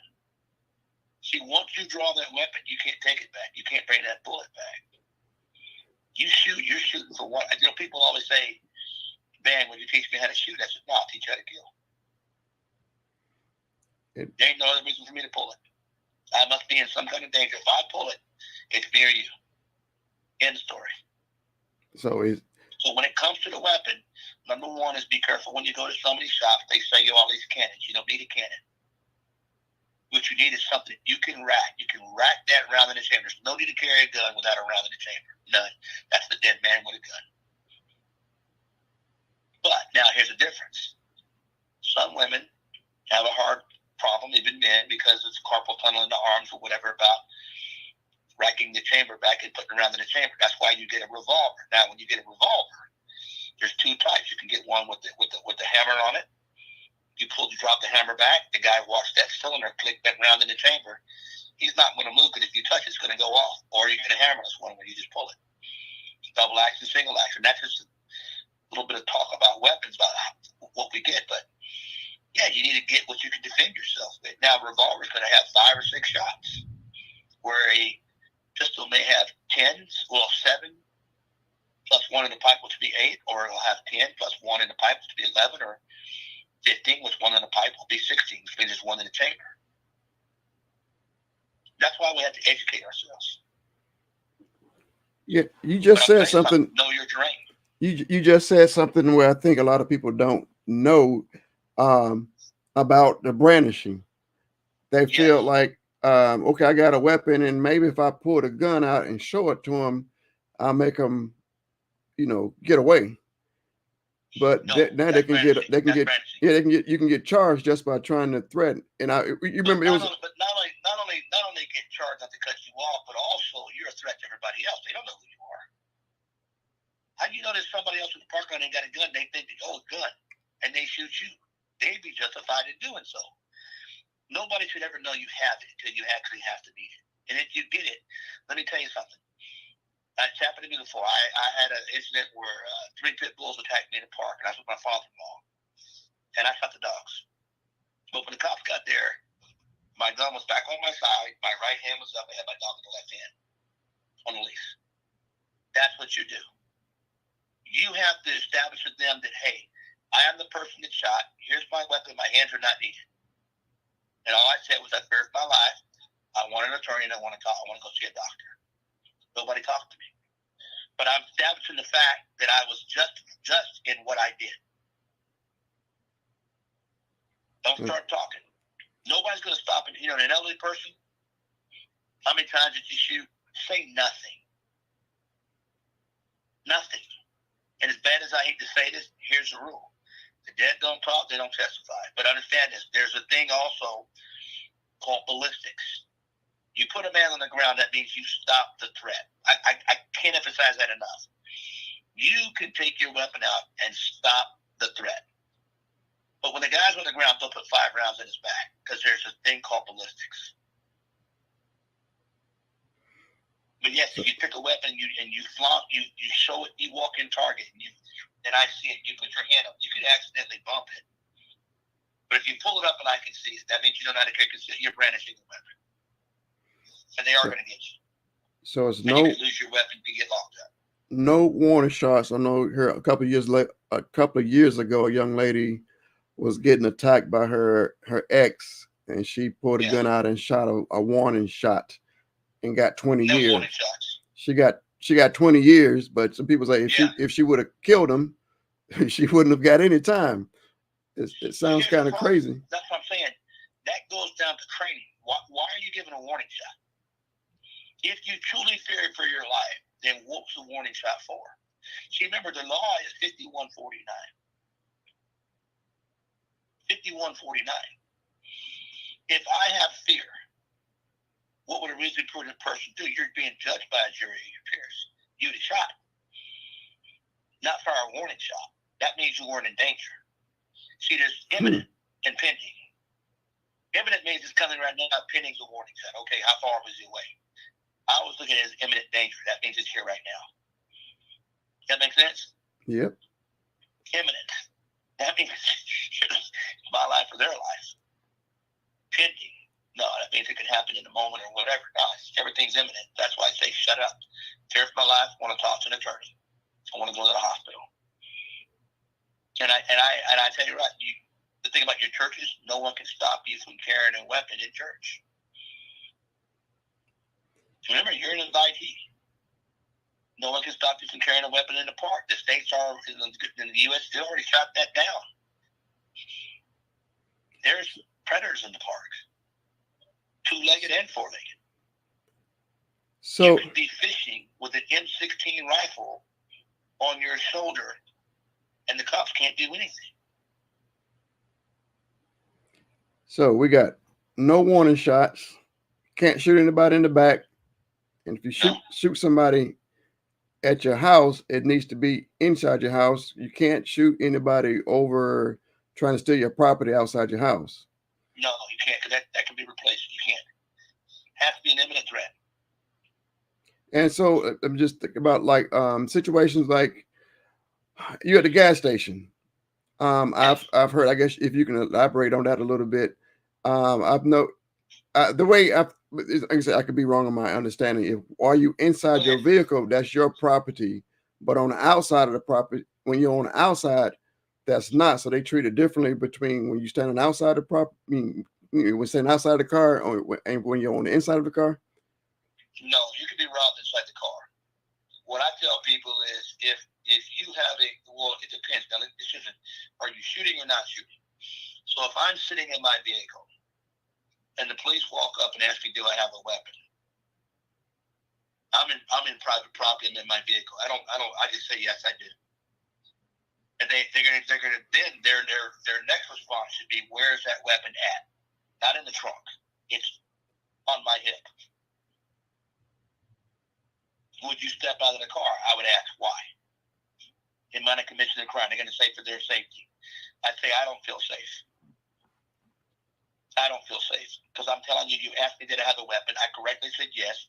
You've ran my tag. I've got no warrants, no pending felonies, no nothing. This is why knowing the law is crucial. Any black man in a car is not going to step out of the car. Not knowing this guy sitting there with his hand on his pistol because he asked you, did I have a weapon? I always ask for a supervisor. And if I get out of the car and the weapon's under my seat, I tell them they can't search the car. Impound it. Because you don't know what they're going to plant. And that's bad to say that all cops are that way, but, hey, it's true. It's just having a weapon means understanding the law thoroughly. Thoroughly understanding the law. Know what your rights are. Okay, that law of having a gun in one place and the bullets at another place, that doesn't apply here in Florida anymore.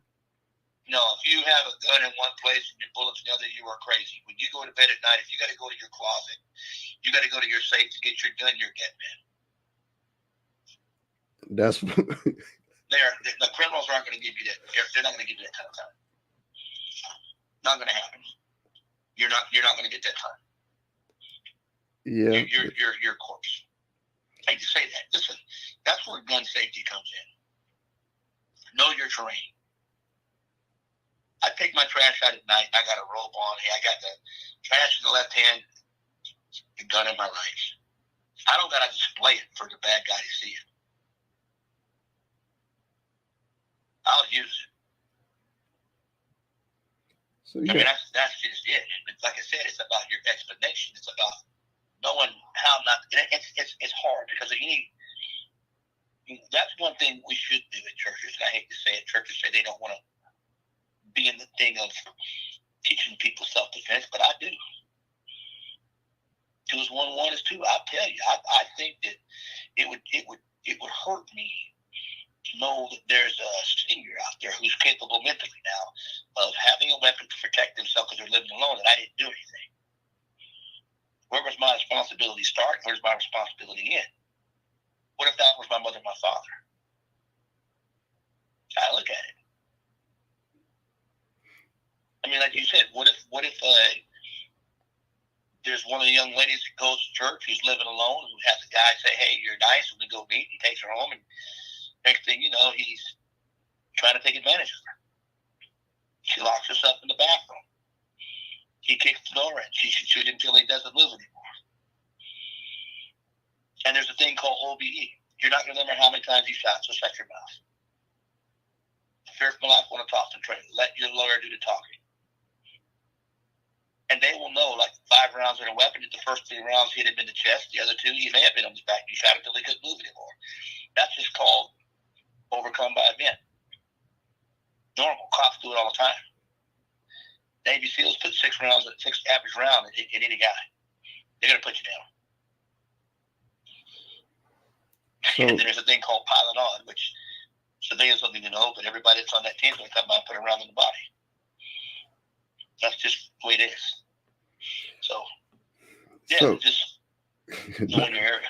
All these different questions. So there's no shooting to wound. No. Well, not to me. No, because now the guys can testify. Look, if the bottom line is, if you have a weapon and a guy comes in and you think you had to shoot, you need to put him down. Why are you trying to wound him? What if he can keep just attacking you? How many older people can do that? Now, see, this is going to sound crazy me talking about this, but The way I teach it is there are timers and there are switches. A switch is when I hit something on your body, and there's two areas where I turn everything off right off the bat the first round. A timer is if I hit you in the leg, the thigh, the middle of the abdomen, or the shoulder, where it's going to be a matter of time before you bleed out. What I tell people is get proficient. Someone comes in your house, hit a switch. It's a mental mindset. You're going to stop the threat. That's it. Stop the threat. And that's the mindset people should have when they're making a decision to get a gun for the home. Yeah, and get the right gun. And it's about, don't shoot target rounds in your house. Get home defense rounds. Yeah, I think some people, I got a gun. If they see the gun, that's going to protect me. Or if I got a gun, I might shoot a warning shot. That's going to protect me. All those are the wrong mentality. So listen to this. Someone shoots a warning shot. Where do you shoot it at? You shoot it in the ground? You shoot it up in the air? Anything goes up, got to come down. It's crazy.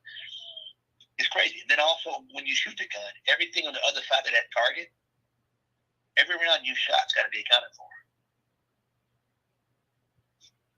Train. You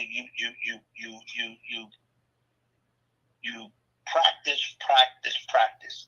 That when you aim that weapon, you are not shooting to wound. You try to put them down with as minimal rounds as you can. You cannot shoot 5 rounds and hit him one time. Okay, that's 4 rounds we got to account for. How many of those rounds that go across the street? We talked about the church. The church will also sheetrock. Yeah, especially an AK-47 round goes through center block like it's going through cheese. Phew. Rounds will find somewhere to land. Let's make sure we're hitting what we're aiming at. Yeah, I'm thinking about you're trying to protect your apartment, and there's just a sheet right between your apartment and the next person's apartment. So that's why you teach people to aim center mass. When I talked about switches, center mass, you don't shoot to the left side of the chest. You shoot sort of center mass. Hit a guy in the sternum, you're going to put him down. He's going down. That's truly where your heart is. Just off center left. That's where the heart is. You put it in his face, right between his I hate to say it, lip and the eyes. It's going down. But I think that's what I'm trying to get at. When people, I know I'm not sure how many people watching right now. People that's going to watch this later on Purpose Inspired TV. Again, when you go get a gun for your quote unquote protection, it's not to just pull the gun out and show somebody and you think when they see the gun they're going to run away. It is not for you to pull the gun out and shoot a warning shot. You have to be mentally prepared at the time that you pull the gun out that you're going to shoot to kill, period, point blank. There's no other questions. That's what I'm getting from this. That's right. And you'll say something. Everything's about intent. That's the key word. This guy broke in my house. He had intent. What was my intent? To stop the threat. He broke in. That doesn't say I got to walk in and say, hey, identify yourself. Remember what I told you? You got your family in the house and they're upstairs. You hear something downstairs. Your family's in the back corner room on the back right-hand side. You know that whatever's downstairs has got to come upstairs. So that's where I would sit. I'd call the police and I'd be upstairs on the corner, out of sight. The guy can't see me. He turns that corner, I'm going to light him up. He gets past me, he gets my family. You do what you can verbally defend minimally. No long explanations. That's why I said, fear for my life, want to talk to an attorney, want to go to the hospital. But there's no need for me to shoot a warning shot. There's no need for me to say halt. And ask yourself, now I'm a history buff. In the U.S. Capitol, guy ran through the back door, shot the first 3 people, and the guy said halt. He shot him too. The 5th person put him down. Ain't no warnings. Carjackings, huge, shoot through the door. I'm telling you, there's so many scenarios when you have your weapon that you have to be vigilant on. Going to your mailbox. I mean, hey, some people live in apartment buildings. They go downstairs and there's a door there. open the door and you card key yourself in, and this guy comes in, he tries to rob you at your mailbox. Some people have apartment complexes when you got to go. Usually apartments now have wash machines, but some people have community wash machines, laundry mats where they go in, they wash clothes at. Hey, I take my weapon there too. They're called targets of opportunities. Go to the hospitals. How do you know? How do you know? You're downstairs in the parking lot. You think bad people don't go to the hospital? Yes, they do. They catch on the elevators. It's not to make people paranoid. It's about make people careful. But you never know who's carrying. And nobody should know. They have purses for women where, and I can show you where the woman has basically it's a holster inside the purse, and it's to the back. You don't reach inside the purse. It's to the back. So when she's carrying the purse on her shoulder, her hand is in the back. You just shoot straight through the purse to get your brand new purse. So does it matter if you're getting attacked with somebody, whether they have a knife or no weapon at all? The law doesn't care when you have to put somebody down? No, let me explain this to you. They don't care. A person with a knife can close 21 feet in less than 3 seconds. They pull a knife, you kill them. End of story. Any cop will take it 21 feet in less than 3 seconds. That's me dunking a basketball on top of the basketball and a half. Think about that. How fast is that? 21 feet. I practice shooting from 3 to 5 feet. That's how close it's going to be in the truth. If it's more than that away from me, I'm walking. It's not a threat. It's not up on top of me. I'm walking away. 3 to 5 feet, I'm putting it down. I give you one time, stop. Stop. Please don't come any closer. They keep walking. It's about intent. That's about my explanation. I don't have to get beat up and mugged and raped in order to defend myself. I'm worried about what some attorney. That's why I have an attorney myself. Scariest part is the aftermath. Yeah, that like I was saying before, it seems like it's more problems, more issues, more cases if you don't they don't if you don't put the person down, just warning them or trying to scare them off, you got major problems coming up. Yeah, so listen, it's a mindset. Let me tell you one thing that's good in the house. So I talked about the salt, right? Just say you're in the bathroom, you don't have a weapon. You got a toothbrush, right? Mm-hmm. Toothbrush will kill you. A ballpoint pen. Put it in your hand, turn it upside down with the tip of the pen pointed towards your wrist. The guy can't see it. Pin the tail on the donkey. That goes in the preparation. It's fight or flight. You're in the house and something comes and because every house has a knife rack and all that. Somebody comes in the house.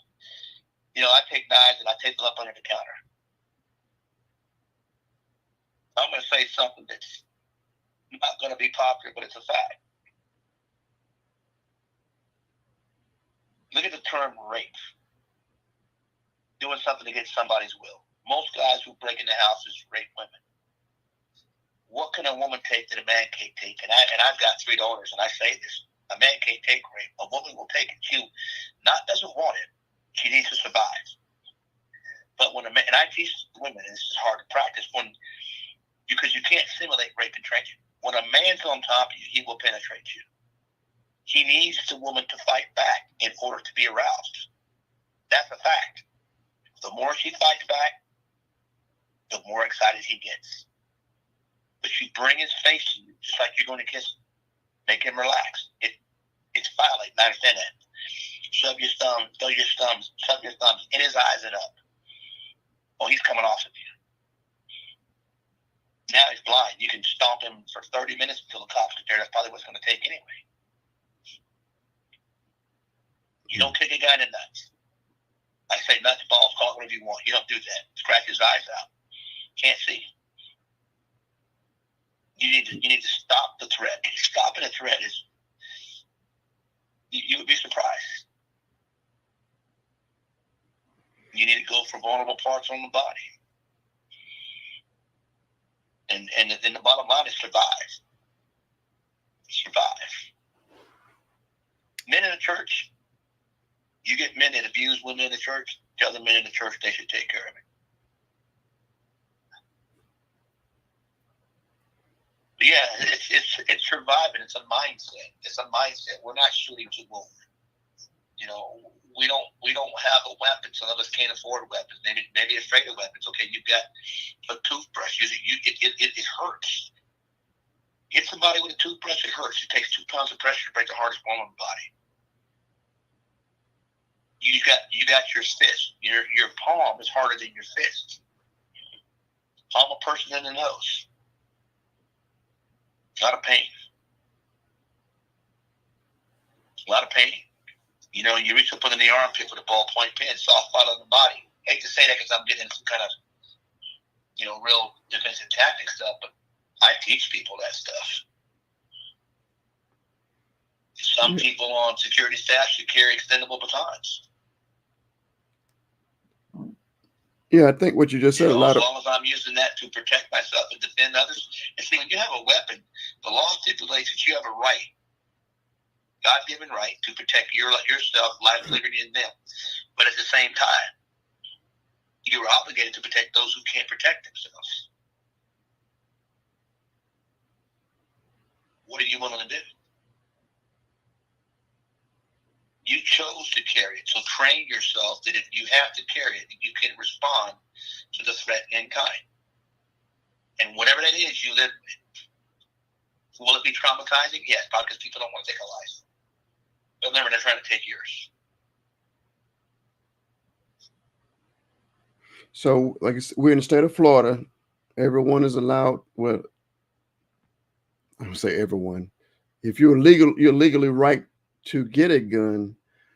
So it's no longer required for the training, but I suggest, and I believe you would suggest, get training before you bring a gun to your home. Yes, familiarization, because there's no sense in having it. It's like having a horse. Get trained to ride it before you try to get on it, because you got to hit that horse in the stall. You got to feed it. You got to clean it up. You got to walk it. You got to try to break it in if it's not already broke in. You got to get the immunizations up. It's like having a dog. Same thing. It ain't the dog, it's the owner. Yeah. So I think a lot of people get that false sense of security because, okay, I went and bought a gun, I'm good to go. And there's a whole lot more that goes in it to it than just purchasing a gun and buying bullets. Well, a lot of people will get a gun, and when they draw, they're going to hesitate. You hesitate, you die. Remember what I said? Man can close 21 feet in less than 3 seconds. Put a gun on a man. Now, usually when you put that gun on that man, fight or flight for him too. It's the business decision now. See, now what I try to do is I tell people, if you put a gun on somebody, he's going to say, shoot me, shoot me. Well, okay, now what's your point of no return? 21 feet with a knife, I'm pulling the trigger. People can call it what you want. That's why I got an attorney. Guy comes with a knife, I shoot from anywhere from 3 to 7 feet. But what I'll do is I'll tell the individual to get on the ground. Don't come any closer. How close do I have to let you come to defend my life? Shut up. Let your attorney do the talking. Well, did you have to do this? Talk to my attorney. And the minute you ask for an attorney, they're going to stop talking to you anyway. But I always say, I want to go to the hospital, so they can't talk to me. And that's where you're right, the training of getting a weapon, being familiar with that weapon. My first thing is I make you load the magazine 16, 17 times.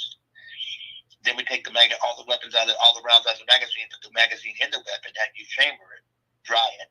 You know, kind of dry fire, eject it around in the chamber, drop it out, catch it a practice round. Your gun is clear. Give it back to you again. Do the same thing. You have to be. It's like time you shoot. Repetition, repetition, repetition. Everybody knows square knot is left over right, right over left. Just keep doing it. We don't want a granny knot is. So we keep doing the same thing over and over and over until it becomes natural. And then the hardest part for me is, you talked about having a weapon in the home. So a lot of people, when they go into church, they carry weapons, but they're not used to carrying it all the time. So that's where I'm going to see when it's out of place. When you're in your house, I take people all the time. I sit in the house, I'm going to take a zip tie, and I run it through your barrel and out your ejection port. If there's no run on the weapon, then I let it from the slack bag. And you have it on your side. You're washing dishes, it's on you. You're watching TV, it's on you. You're reading a book on the back deck, it's on you. You're climatizing yourself to having that weapon on you all the time. It's like second nature. Then it's about, can you draw that weapon from various positions? Where's that weapon in your car when you're riding? Is it on your side, behind your back, or what? That's what you did good if somebody walks up on your window. Can you holster that weapon back on your side before you get out of that car so people don't see you putting it on you? Then it's clarity of, some hospitals don't allow weapons in there, so don't go in there and try to see a doctor with a weapon on your side. You cannot go in a bank. You cannot go in a federal building. Grocery stores you can. Walmart you can. Things like that, yes. Just keep it concealed. But then the thing is also, here's the biggest one. You have a weapon. What are you going to do? You leave it up on the counter where your kids can get to it? No, you can't do that either. Yeah, that's that other safety side of it. Yes. You need to have what you're saying, having a weapon on you at all times, but you still need to have it safety. Because I used to have these commercial, news articles about make sure your gun is locked, make sure it's locked, make sure it's locked. Well, what you gonna do in an emergency? And the other thing about, I think it still goes along with training. If you're getting used to carrying it on your body at all times, you still got to remember it's there. When you go to the airport, there's still so many weapons are confiscated at the airport, and people say they forgot they had it on them. But remember this: that becomes because they weren't trained right. You can't take the gun to the airport. You might as well just give yourself 5-10 years. Take it out. Now, here's what the law stipulates now.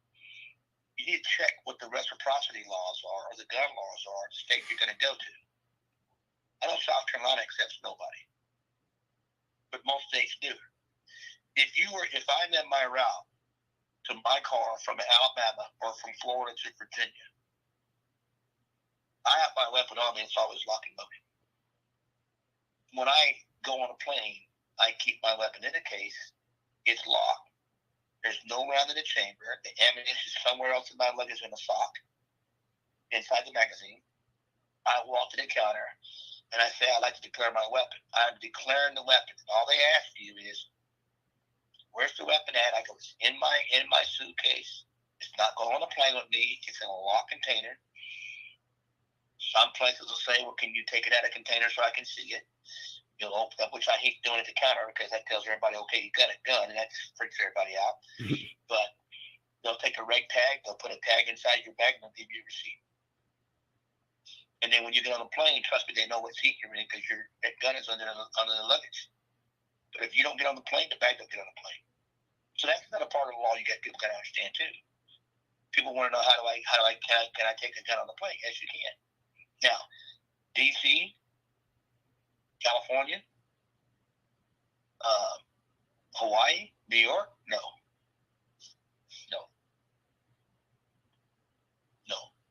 California's automatic during the day.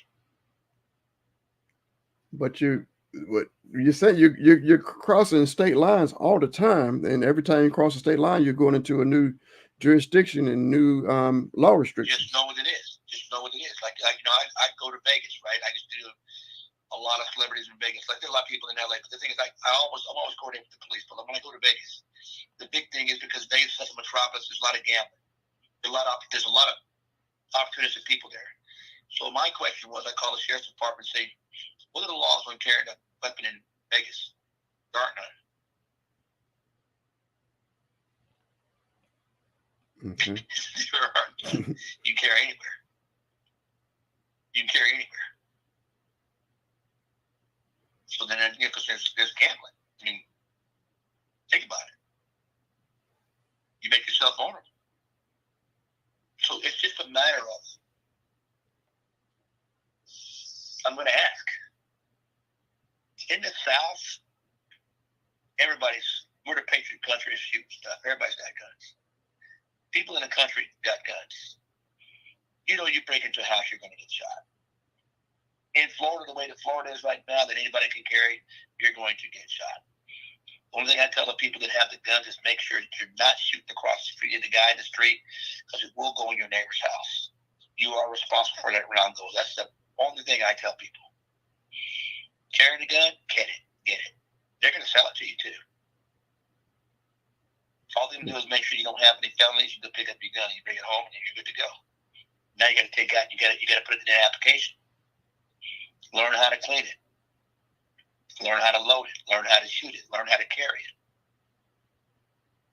And don't tell people about it.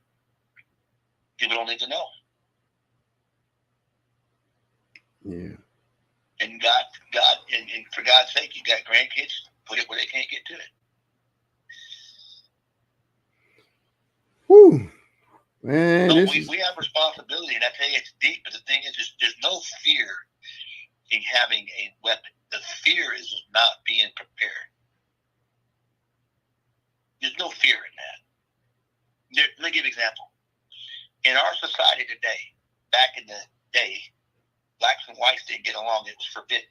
Then all of a sudden, as God would have it, because God never said black or white, he said mankind, men of color started dating women that were white. Women that were white started dating men of color. Or vice versa, white men, black women. Now, there's nothing wrong with that. Maybe some cultural stuff, but nothing wrong with that. Society doesn't tell you you can't do that.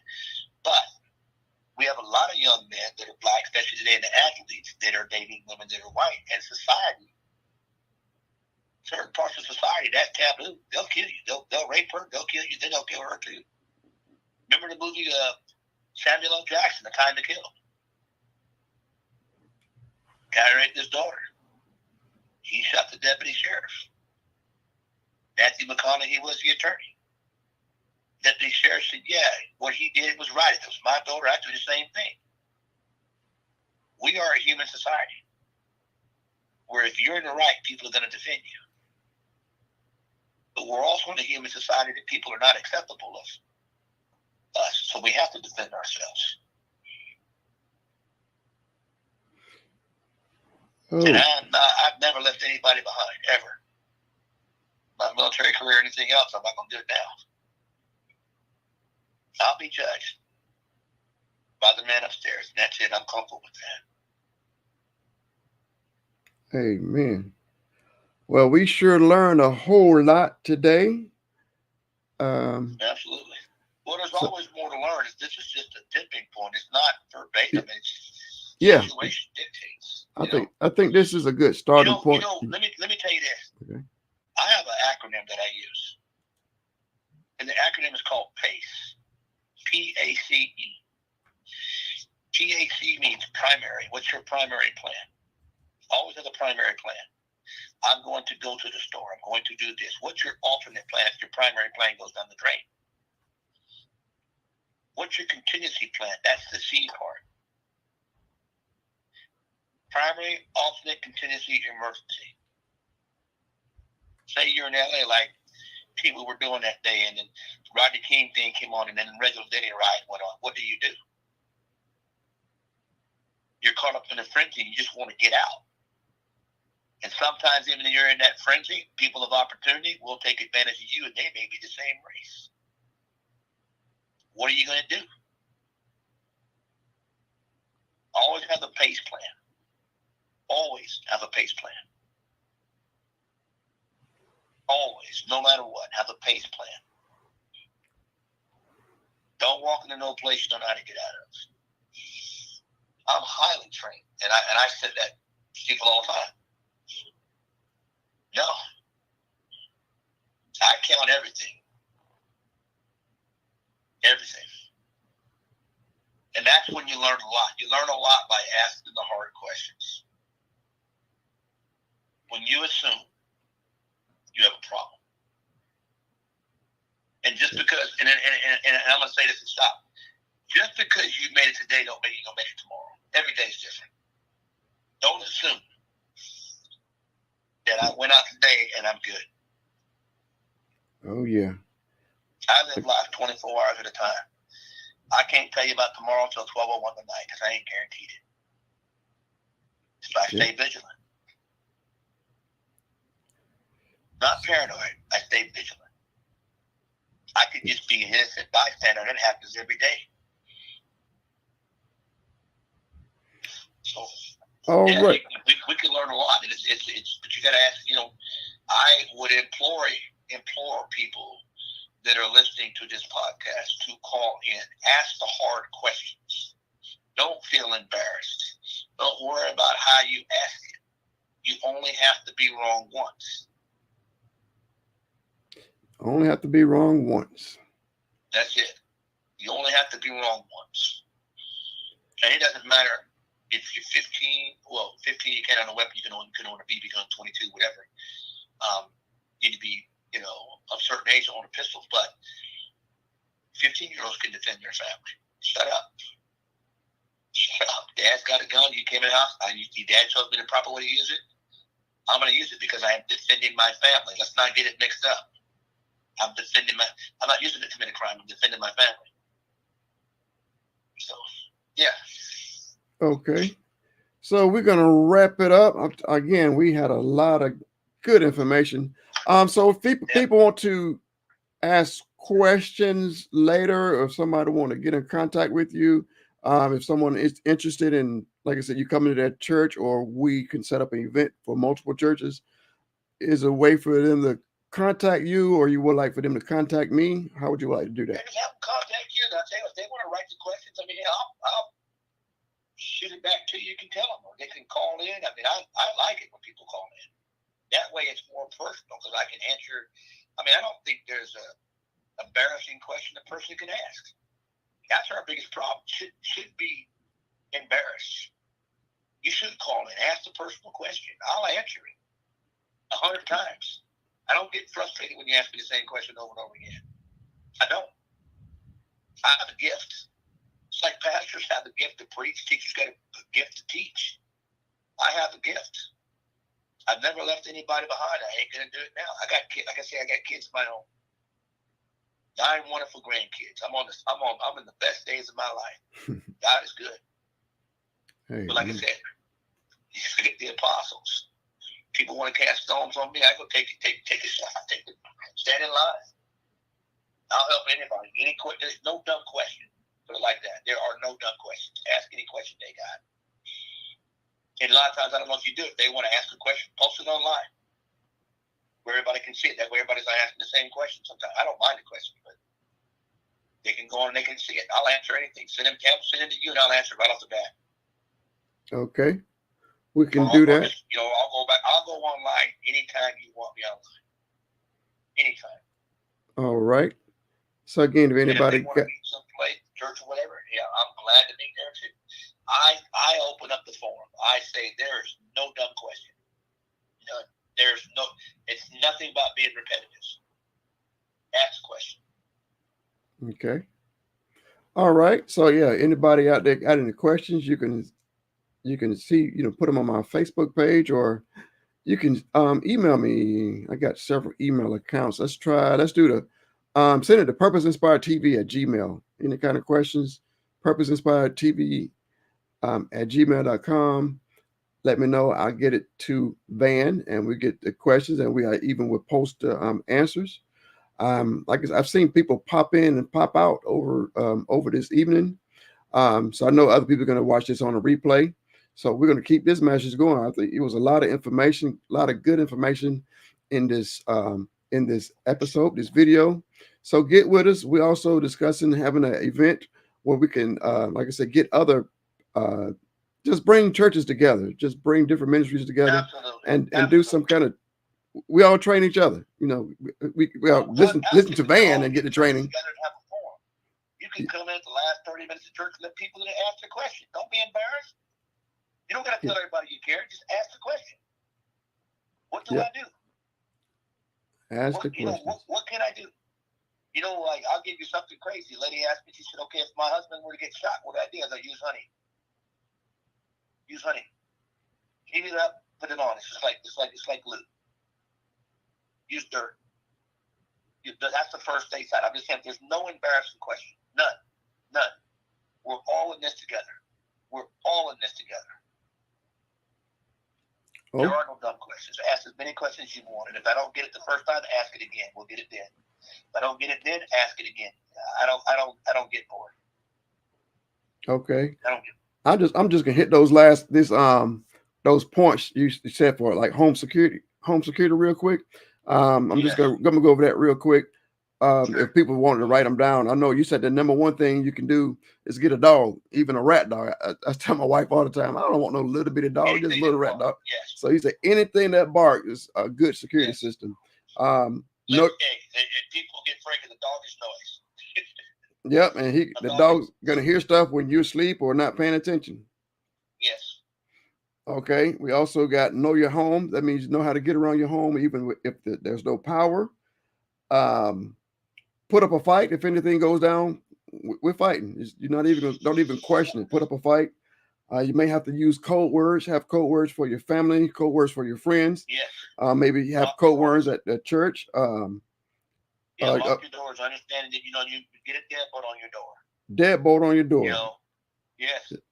It takes nothing to have somebody put a deadbolt on your door. And if you're renting a place, remember that when you rent a place, the previous renter had the keys. They need to change the locks. And even remember, if you're renting a place, management just can't walk in your place. They can do what they call checks, smoke, anything like that. They just can't walk in. They got to announce themselves. So that's also, we're talking about door security, even like in your hotel, motel rooms. Secure the door. Hotel rooms are the worst because don't leave any valuables in your room because usually there's adjoining rooms and the bellmen have card readers. So what I always stay at a hotel, and I protect a lot of people like the Super Bowl, things like that. I never stayed in a room with a card reader because anybody can come by and put their card in and open my door. People take tape and they put it where your door won't close all the way. You have an adjoining room next to your room, get a different room. Make sure you don't stay at the end of the hall. That's a whole new discussion. Don't stay. Yeah. Try to stay by the elevator, a couple doors down. Don't stay at the far end of the hall. There's an exit door down there. And usually when you're, like I give an example, if you're in Las Vegas and say you get off the elevator, you've been winning money. What Vegas does now is that as you go upstairs, you got to show you have a key in a hotel. But when you get off on the 5th floor, there's 4 guys on the elevator and 3 guys get off. You're going to the right, they're going to the left. Most of the doors have cubby holes in them.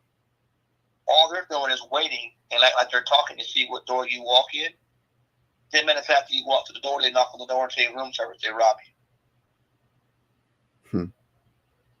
That's a different conversation, but I'm just saying, but that's just an example. Yeah. So we get together again and talk about traveling safety, hotel safety. It's so much what you call it, just slipped my mind. Taking kids. What you call it, I'm sorry. No, but taking kids is huge. That's selling kids. What's the word? Adopting, kidnapping people. So we can discuss that on another time. Well, see, remember, most pedophiles get 95% of their victims in church. We do have people that are child predators. There are ways, like there's a site out there called Life 360. You can get on your phone. I track all my kids. I got 3 grandkids and a daughter in Virginia. I've got 3 here and a daughter here, and I've got a daughter and a son with 3 other kids in California. I know exactly where they are. I know where my brothers and sisters are. And it will take you exactly within 10 feet of where they are. Okay. So Life 360. Is a free app. Okay. That's a good tip. Life 360. Yeah. Okay. Good. Check and that I out. implore people that when they drop their kids off in school to ask what's their plan for an active shooter. Remember, when you go to pick your kid up and there's an active shooter at school, they aren't going to let you within 7 blocks of that place. We've all seen what happened in Uvalde. Right. We don't need to see that. You need to know what the plan is because people are going to panic. But remember, you will have your weapon in the car. You just can't get out of the car with your weapon because the police, there's a shooter on the campus someplace, so we got to be smart. I understand about the panic and desire to get our kid, but we got to stay vigilant. That's a different conversation for a different time. But I'm just saying, it's just everything ties in together. There's more there than meets the eye. We haven't even covered the tip of the iceberg. But Yeah. it's the basics. The basics are what count. All right. I think my last two tips I've got down there, especially for the elderly, don't answer the door. Let your people know ahead of time. Call before you come knocking. And the other salt with the tip. elderly, if someone knocks on your door, we have the neighborhood. We call it when we have the guys patrol the neighborhood. You're an elderly person. Somebody's knocking on your door. Call your neighbor. Neighbors come outside. We need to have that. You should know who's across the street. Somebody comes to your door you don't know about. Call your neighbor. Yep, that's a good tip. And Absolutely, call your neighbor. and last one, have salt at your front door, especially let's say single women. Someone you do actually open a door and it still turns out wrong. Someone shouldn't be there. You can throw some salt into their eyes. So we got a lot of good tips this evening. Yeah, because the women thing is it's tough to be a woman. Men think they cannot be assaulted. They can. But when a woman, and I'm going to say this, and we can do this another discussion. When a woman invites a man to her house, he expects something else, and that leads to problems. Mm-hmm. They got to check, double check. You got to know. It's not a knock on them. They ain't the problem. We are. I say that because I got 3 daughters. I tell my daughters the same thing. You don't invite a wolf in the hen house. It's not their fault. It's us. I'm just saying this. We don't want to talk about things that are unpopular. I don't want to talk about them after the fact. Right. Yeah, I that's a lot, but in essence, it's not because it's common sense stuff. To me. But once people do it, it's just going to become a part of their daily life. You don't even know it. You know what it's like? It's like if you get up in the morning, you write down 6 things you got to do every day. 6 things. What are 6 basic things? You got to get up in the morning. You got to brush your teeth, wash your face. You got to make your bed. You got to get dressed. You got to eat. You got to prep when you need to go to work. Get outside, crank your car, and go. That's minimum 6 things. Take those 6 basic things, do them every day, even with your weapon. The 6 basic things, and then add 5 other things to that. You've checked off all the boxes. You're good to go. When I walk into a building, I check where my line of fire is. I check what's in front of me. I know where the door is. I know when I'm in a store. I know the cash register in the front. Somebody comes in and shooting, I'm always on the end cap of the aisle. I get down there because that way I can hide. Don't try to run to the bathroom. When you're fleeing, shooter's eyes catch that. Little things. Start being in a habit. You go to a restaurant, never sit with your back to the door. Know where the bathroom is. Another conversation for another day. But I'm just saying. I just run through these little SOPs in my mind. These standard operating procedures for survival. I'm in. Anytime. I'm excited that we're talking about it. It's been a long time coming in America, and it's only going to get worse. Yep. Sad to say. But okay. Sad to say. So I thank you for your time. We done been at this. You gave us so much great information for almost 2 hours now.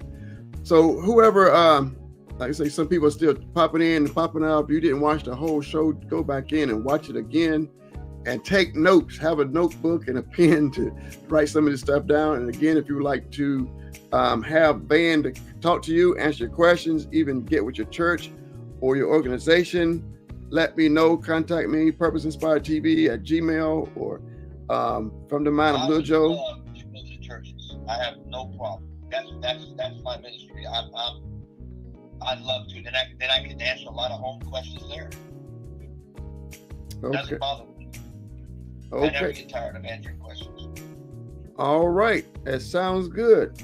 So again, I thank you for joining me this evening and informing the people. So we will connect again. Y'all know what? I just met this young man, it was last Sunday. It's 6 days ago. And we've been talking all week, man. Feel like it's like my I don't know, a good Navy buddy. It seems like I've been knowing him for years, but I believe we can be doing a lot of great things together. He's already becoming an ambassador for Purpose Inspired TV, letting people know about Purpose Inspired TV. I'm thankful for that. So we're going to be doing great things with Purpose Inspired TV. We're going to be doing great things about helping people stay safe, and we're going to be discussing a whole lot of different topics and subjects to help you, God's people. All right. Thank y'all for tuning in. Any final words before I let you go? No, I'm good. I tell people just stay safe. Stay safe. Be vigilant. That's the biggest thing. And remember, it's just not about you. It's about the person next to you, the person across the street. Anybody out there who could fall to be the victim, it could be us. Amen. All right. With that, what we started off with, we're here to get you thinking. I know good and well all of this has got you thinking. All right, everybody, be blessed. Until next time, Lil Joe out. Purpose Inspired TV is under construction. During this process, we invite you to step into the journey. By joining our team, you have the chance to shape the very fabric of this channel with your creative ideas and skills. We believe that the true essence of innovation lies in collaboration, and together, we can create something truly extraordinary. We will provide content that ignites your passion, inspires personal growth, and encourages a positive impact on society. Our focus is on delivering shows that are entertaining, thought-provoking, educational, and uplifting. We want to hear your voice, your vision, and your recommendations for individuals you would love to see on our channel. We aim to create a channel that resonates deeply with viewers, challenging them to think bigger, dream bolder, and live a life of purpose. So, join us today, and together, we can make a difference, one viewer, one show, and one purpose at a time.